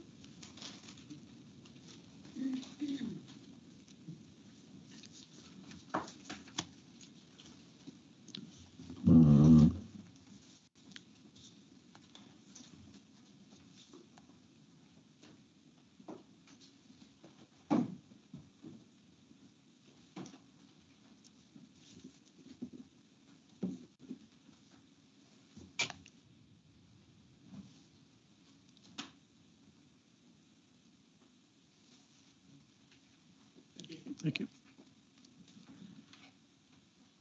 Right, so next item is item 8, application for detailed plan permission 2023/0302/DET, permitted retention of a car park and associated toilet and refuse facilities. Previous plan permission reference APP/2021/0891. Application was called in on the 2nd of October 23, and this is land at Clarick Farmhouse, Dinnet, Aboyne, AB 34/5LP. This is going to be introduced by Catherine, a plan officer, with a recommendation to approve subject to conditions. Catherine. Thank you. Just let me know if you aren't hearing me properly, anybody. Yeah, this is a planning application and previous temporary consent in 2021 for a 2-year period for the use of a farmyard area for a car park and with toilet and refuse facilities. The refuse facilities are a litter bin essentially, and it's a small portable kind of toilet.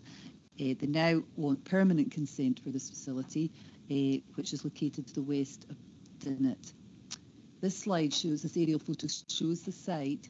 You can see to the north of the site, at the top of the site, there's the lochs, Loch Canoir and Loch Davin to the north, and it's the Muir of Dinnet Nature Reserves to the north of it as well. And this site, this car park, provides access to these facilities. It's on the estate and was designed to provide a parking facility for visitors to the park. The Muir of Dinnet Nature Reserve and Muir of that surrounding area are designated sites, so a habitat regulation appraisal was carried out to check if there was any likely significant impacts, and that's concluded that there won't be any likely significant impacts. That was done at the previous temporary consent stage, and it's been revisited again by our ecology team and Nature Scot at this stage as well. So you can see that that's the main road to the south of the site there, the main road running from Ballater to Aberdeen, and it takes direct access off that road. This is another slide just to show its general wider location in the area and relationship to Dinnet. It's just a short distance outside of Dinnet, the site. This shows the actual area, and on the bottom left-hand side of the slide is the Steading building at Clarick, and on the right-hand side of the access road going in is the Clarick Farmhouse. They're listed buildings category C, and the access track runs past them. The access is shared with the farm buildings. The farm is still operating. There's straw and there's some cattle in the more modern buildings at the top of the site. And that's the nearest property, I guess, is the Clarick Farmhouse, which is not occupied at the moment. It's also in the applicant's control. This is the site plan, and the applicants have some planting, some landscaping. There's a green strip you can see on the right-hand side of the red line site, which has got landscaping done previously. Some of that landscaping failed, but we're recommending conditions and spoken to the applicant about making sure that it's replaced. And then at the north part of the site, there's proposal for landscaping there as well. Some of that's been carried out. And then at the access point onto the public road on the right-hand side, they propose to put some hedging in there of native species. The parking is about 59 spaces altogether, can cater for about that. This is the little toilet block. They've got a little portable toilet. It's kind of, you'll see in the photos, they're quite brightly coloured. So we've discussed that with the applicant about having that screened in some way or a different design, but they've come forward with this large timber screening around it, which will just be a little wooden screen, which is quite appropriate in that location. This is the entrance to the site, which was upgraded with the previous application, and that's looking towards Dinnet. The proposal is to plant a hedge along that frontage, outwith of the visibility splays. Just it's a bit of a biodiversity enhancement, I guess. And that is looking west towards Ballater. It's the car park sign, and you can see the Steading buildings set back there with some yard in front of them. And the applicants, our landscape advisor, had suggested to plant some hedging along that, but it wouldn't have worked with the visibility and also the operation of the farm itself. And this is looking into the site from the public road, and that's Clarick Farmhouse on the right, and the stadium buildings on the left, listed buildings, and then the more modern buildings at the back, and that's the access shared between them all. That's Clarick Farmhouse again, it's vacant. This is looking back down towards the access onto the main road, and there's quite a bit of signage in this car park because they've got one of these systems where you pay for the car parking, so they've got a CCTV thing and a few signs around the place, which, and that's just one of the signs. This is looking across to where the little toilet block is, that little orange structure there, and the Dutch barn. It is, the use is shared, but it's quite well, you know which parts are to be kept free for them using the car park, for using the farm, and the car parking spaces are sort of marked out by little cobblestones, so it's quite unobtrusive. And that's the hardcore surface was the previous farmyard, and that's just what's been retained there. No issues with drainage or technical consultees with that. That's looking up towards the Dutch barn, and you can see the cycle racks that they've provided at the front. They're just simple design. And then looking again towards, that's where the wee toilet is, and you can see that's where you get the access, walk into the nature reserve, and you can walk around the nature reserve there.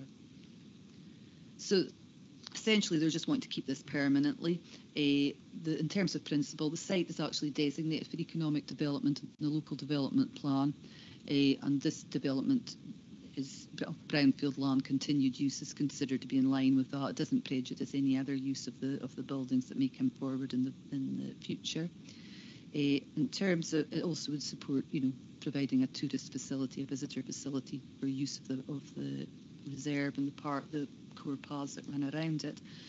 Landscape and design impacts are limited. It's like almost in a traditional farmyard, surrounded by buildings. The little toilet was the only kind of an obtrusive item of it, and that's going to be screened off. We've done some landscaping which will and propose to replace any of the stuff that's failed, so that will enhance biodiversity. In terms of cultural heritage, there's obviously the listed buildings there, but there's no appreciable impact on them from this continuation of the use there.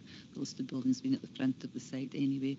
In terms of environmental impacts, the habitat regulation appraisal has been carried out. There's no adverse impacts, and there's no ecology issues as such with this development. Technical issues in terms of transport, flooding, etc. That's all. There's no particular issues with that. The site is accessed suitably. There's core path on the other side of the road, on the south side of the road, and there's also a core path around the nature reserve. And in terms of amenity, there's no nearby properties that have a particular impact from this development. So overall, we consider that this development is acceptable, subject to conditions, and those conditions are they're time limited because the development's there as a result of the temporary consent, so it's time limited to get the screening done within a certain amount of time. We also have suggested conditions. The signage for the toilet for the car park is kind of, the car park is dominated by this signage about the costs of it, which we don't think is particularly welcoming. So we've suggested that we get some signage in addition to that, some more welcoming interpretation signage, explaining to people that arrive there what they're coming to see, and a more welcoming, providing a more welcoming appearance to the place. And the applicant, we've shared these conditions with the applicant. We've also asked for a bit of information about how they promote recycling of waste. We've just got a litter bin at the moment, whether that's by an additional bin for recyclable material or information on the existing bin to take your recyclable material home. And that's, and other than that, there's no particularly unusual planning conditions, just asking them to implement the landscaping plan. So on that basis, we recommend approval of this application as being in compliance with policies.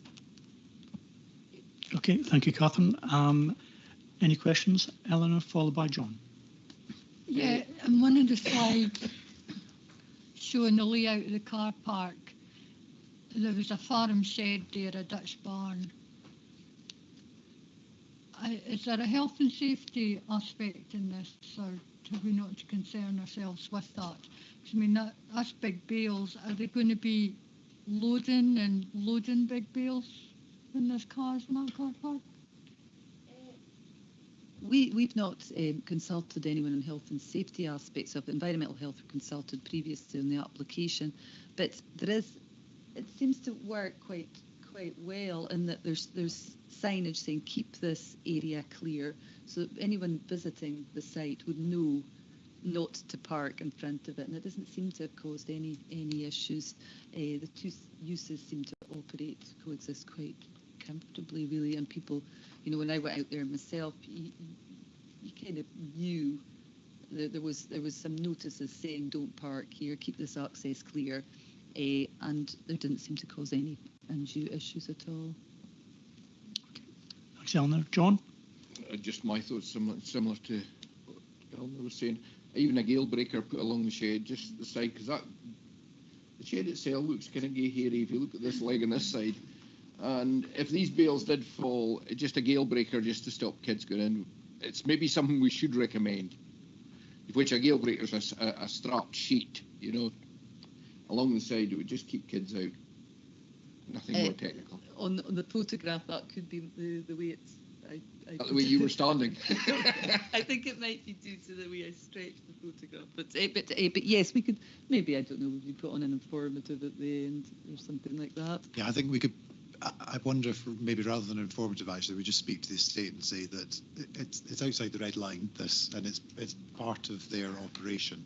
It's their responsibility to maintain safety and not to cause damage. They're the ones who would be in trouble. I think maybe we just have a conversation with them and say it was picked up with the committee that there might be a risk there, and are they satisfied they've done the right risk assessments to protect people? No. Okay, so moving into discussion is, yep, Kenny? Sorry, here's a question, I think. Sorry, I'm always intrigued when folk are worried about screening things. The toilet seemed to be a temporary toilet based on the temporary consent, and now it's moving to a permanent. There's no suggestion that the toilets to be upgraded, and I do, having been at a number of community council meetings recently, wonder about the standard of the facility inside rather than the look of it from the outside. I've spoken to the agent about the maintenance of it, which again is kind of their issue, and they're in touch with the what do you call it, providers about the ongoing maintenance of it. In terms of a permanent facility, this is one where, you know, as you know, it's a portable one, so the providers take away any waste. They deal with all that. If it was a permanent facility, I guess they would have to put in a septic tank, drainage arrangements, which would then lead on to potentially for, you know, how close it is to these designated sites and so on. So this was felt to be quite a sort of simple solution to the issue of toilet provision. Yeah, it's just a question of, you know, at the end of the day, we struggle for facilities, and we want the best facilities where we can, and if we have an opportunity to influence that or do something about it, it strikes me that this is an opportunity to do so. I don't know, maybe other members are content with these kind of temporary arrangements on a permanent basis. It is something that we've suggested to them, but from knowledge of a couple of other community toilet projects, actually, the community toilet projects that I know of where people have been trying to upgrade or repair things, they're talking about the cost of building a house. So the cost is very, very significant. So I think that having a toilet facility, and this is better than just normal portaloos, having something like this there is substantially better than that and is a compromise. I mean, we all hope that at some point the estates will be able to get together either some other business or the money themselves to do more with the steadings that are there that are not much use for the farm anymore towards the front of the road, which would be the opportunity then to incorporate toilets within them at that stage. But this is a new facility. They're obviously charging for the car park, but they're not making so much money yet that they've built up the kind of revenue that would allow them to put in that sort of facility, which will cost a lot. Thank you, Cameron. Paul. Yeah, thank you. Maybe just, I've got something for the discussion, but just on that point, on the other side of the loch, there's the Bernovat Visitor Centre, which has a toilet which isn't that far away, and I think, as you alluded to, as funds are supplied by the car park, there might be a vision in the future to do something else, hence there's a temporary nature at the moment. Okay, thank you, Paul. No more questions? Oh, sorry, Peter. It was just, maybe I've missed it. In terms of the sort of toilet and refuge facilities, does this include removing dog waste from the site? Yeah, there's a wee litter bin on the site, and that can be used. It says on it dog waste as well, and they've got a contract with Aberdeenshire Council, who got a sort of commercial contract, I suppose, with them, and they provided a copy of that, and they deal with that. They take it away. Yeah. Thank you. Okay. Any more questions? No. Right. So we'll move into the discussion phase. Does anyone have any points to raise? Paul. Yeah, I'm just going to voice my support for the application. Visit the car park and walk around Loch Kinnaird. It's been really helpful, but I think to contribute to easing the parking on the B9119 on the other side on the Bernavat, where people used to just park along the road and then go for a walk around the Bernavat, that has eased that congestion on that side. So it's much appreciated.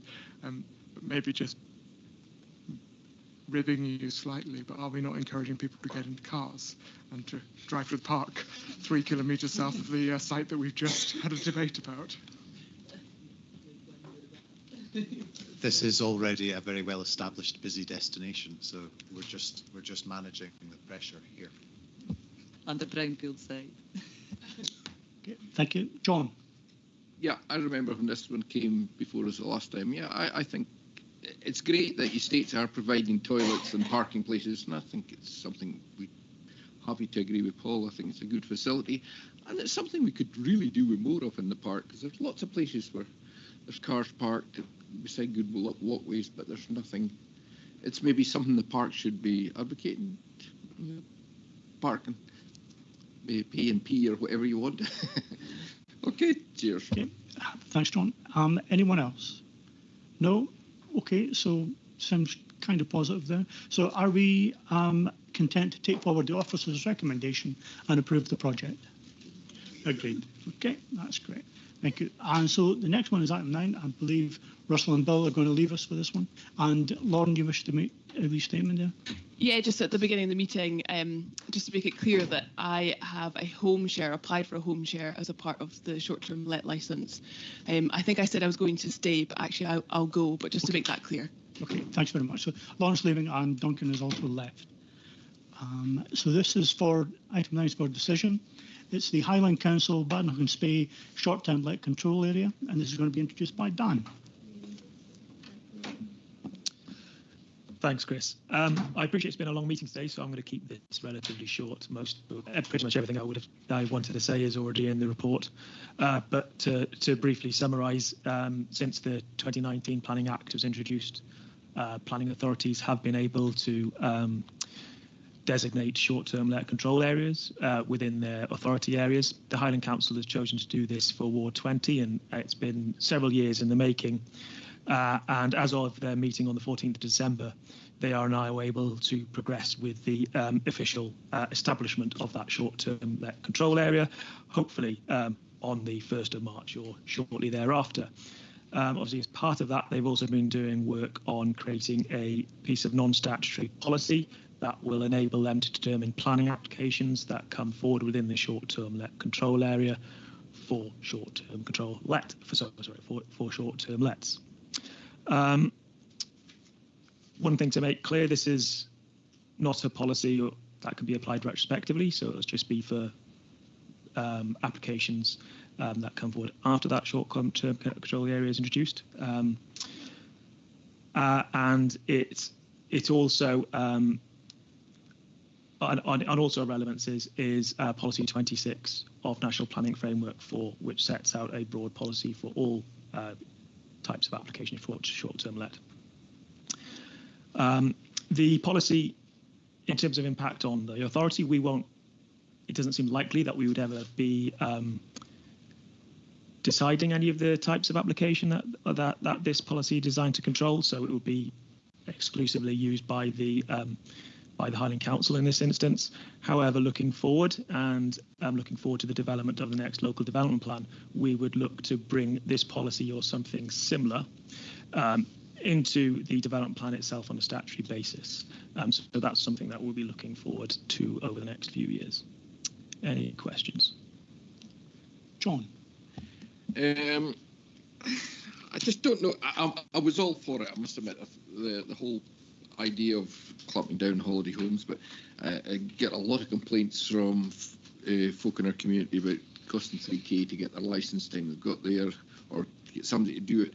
But one of the comments in my own community was there's more houses sitting empty all the year round now where there was folk in it, and I think winter workers are now finding it difficult to get housing because they're frightened to let them over that small period.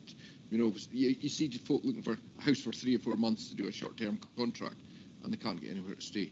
So there's a kind of catch here that we need to try and help these folk who are looking for just 3 or 4 months, but not intending to stay all the year round. So if I just come in there, we need to probably make a clear distinction within a couple of things here. So the licensing is completely separate to the short-term let control area and its application. Licensing applies everywhere, regardless of where the location of that proposal is. So this is just about the control of changes of use of residential properties into short-term lets, following the point that the short-term let control area comes into force. Thank you, Derek, and then Alan. Like all of these things, it's the law of unintended consequences, John. I would suggest, you know. Okay. Thank you, Derek. Eleanor. Yeah, you said, Anne, that we would not be likely to use this policy in determining the licensing applications, the CMPA. Is that not a failing of our calling system that we think like that? Because surely there should be a cumulative impact sort of checkpoint where we would become interested in it. Not that we're not interested in it, but involved in the actual decision making. I can see where one application would not be considered, you know, of significance to the national park. But over a course of 6 months, if you've had 300 applications and you've never looked at any one of them, that is a significant impact on the park, is it not? I think that maybe two different things here. Obviously, there have been lots of planning applications over the past 18 months, probably, as people speculated about what a short-term let control area might mean and made applications for the use of their property, which in most cases they had the right to use as a short-term let property because it was a house and the change of use is within the same class. So I think we won't actually know about this properly until we get to the short-term let control area having been implemented and then see what happens after that. So we might call in planning applications. We think it's unlikely, but we can't say that for sure yet. This is about, so the best way of explaining this is think about us as we are the Park Authority. We write the local development plan for the national park. The local authorities use our policies to determine planning applications. In this case, Highland Council are the competent authority to make the short-term let control area and coming up with a non-statutory policy to help determine planning applications along with other things. And this paper is just to say, do we agree to use that policy as well if we were to call something in? And we would then refer to that along with other things when we were determining any application if we did call it in. I think probably the more important thing, because this is a point of confusion for lots of people and a bit of uncertainty around how many applications there will be. When we write our local development plan, we'll have to come up with a policy for the national park, which will then become the Park Authority's planning policy in relation to short-term let properties. And by that time, it might be possible to make it a little bit more I suppose, bespoke around certain things and have different thresholds on it, which provide a bit more clarity, because at the moment it's inevitably, it's quite a blunt instrument because it has to be at this point in implementing. Thank you. Peter Ferguson. Thanks. Eleanor's question, I understand your points about cumulative impacts, about individual applications, but the designation order, which is the basis for calling, I had a look and it refers to the implications only arise from the particular application in question. So I think that would rule out any cumulative assessment. Okay, thank you, Peter. So moving to the discussion, is there anything anyone else wants to ask? Kenny. Can I just ask Dan, I misunderstood, maybe you mentioned retrospective, so there are applications in which are pending. Is that part of that, or is it not? Well, yeah, as Gavin mentioned earlier, a lot of short-term let operators have preemptively put planning applications in. Yeah, I think it's fair to say that up until this summer, and this is one of the reasons that there have been so many meetings with the Highland Council about this, there was some ambiguity about what the short-term let control area was going to be control of, and it was assumed by both the council, and not just the Highland Council, but all councils operating or looking to operate this thing, and the private sector, that it would apply retrospectively. However, since then, that has been clarified to not be the case. So that would be why those applications have been lodged, basically. There will be also, I mean, it's worth saying there will be also applications in there that genuinely do require planning permission. So for example, flats are not within class 9, so they're not within the residential use class in which this change of use can take place without planning permission. So they already require planning permission, and there will be properties out there that should have planning permission already that will now need to apply for it in order for them to get their license. So some of them will be that. And there's also potential for completely other uses, like that aren't residential or flats, that have wanted to make that change of use, that would wish to put in a planning application. And some of them is maybe those as well. Okay, thank you, Don. Anyone else wish to make a comment? No? Okay, our committee members content to take this forward. The officer's recommendation and note of support for Highland Council's non-statutory planning policy. Agreed. Okay, that's great. Yeah, can you?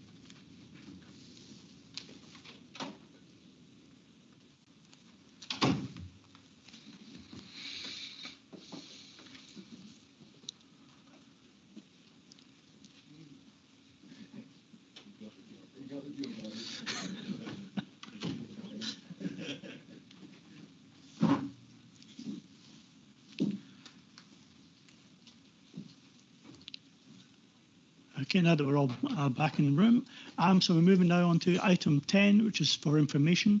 It's a reporter's decision ENA 001/2004, the erection of a hut in breach of planning control involving carrying out development without the required planning permission under section 123(1) of the Town and County Planning Act at Cardinwood, part of Badengorm Woods, Carbridge, Highland, and Gavin's going to introduce this.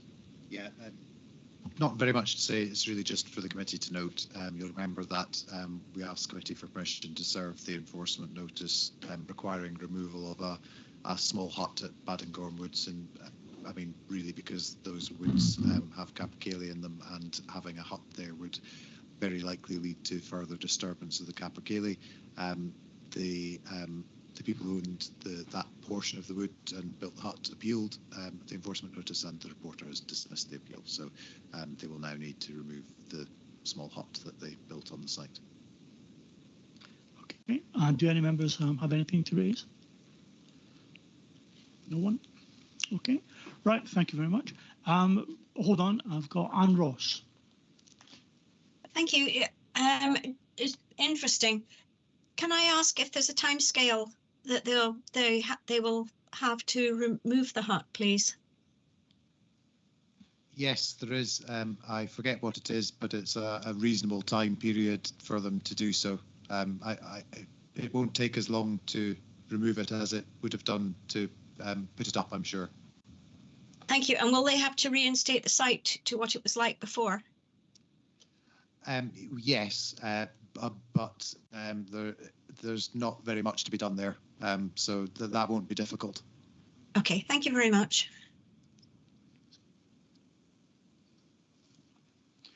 Right, thank you very much. No one else? No. Okay, so we'll move on to item 11, any other Compton business. Does anyone have anything they wish to raise? Okay, nothing in the room and nothing online. So I will now move a motion to move into our confidential session. Are members happy to do so? Yeah. Great, thank you. So we're now in the, James, could you stop the live stream?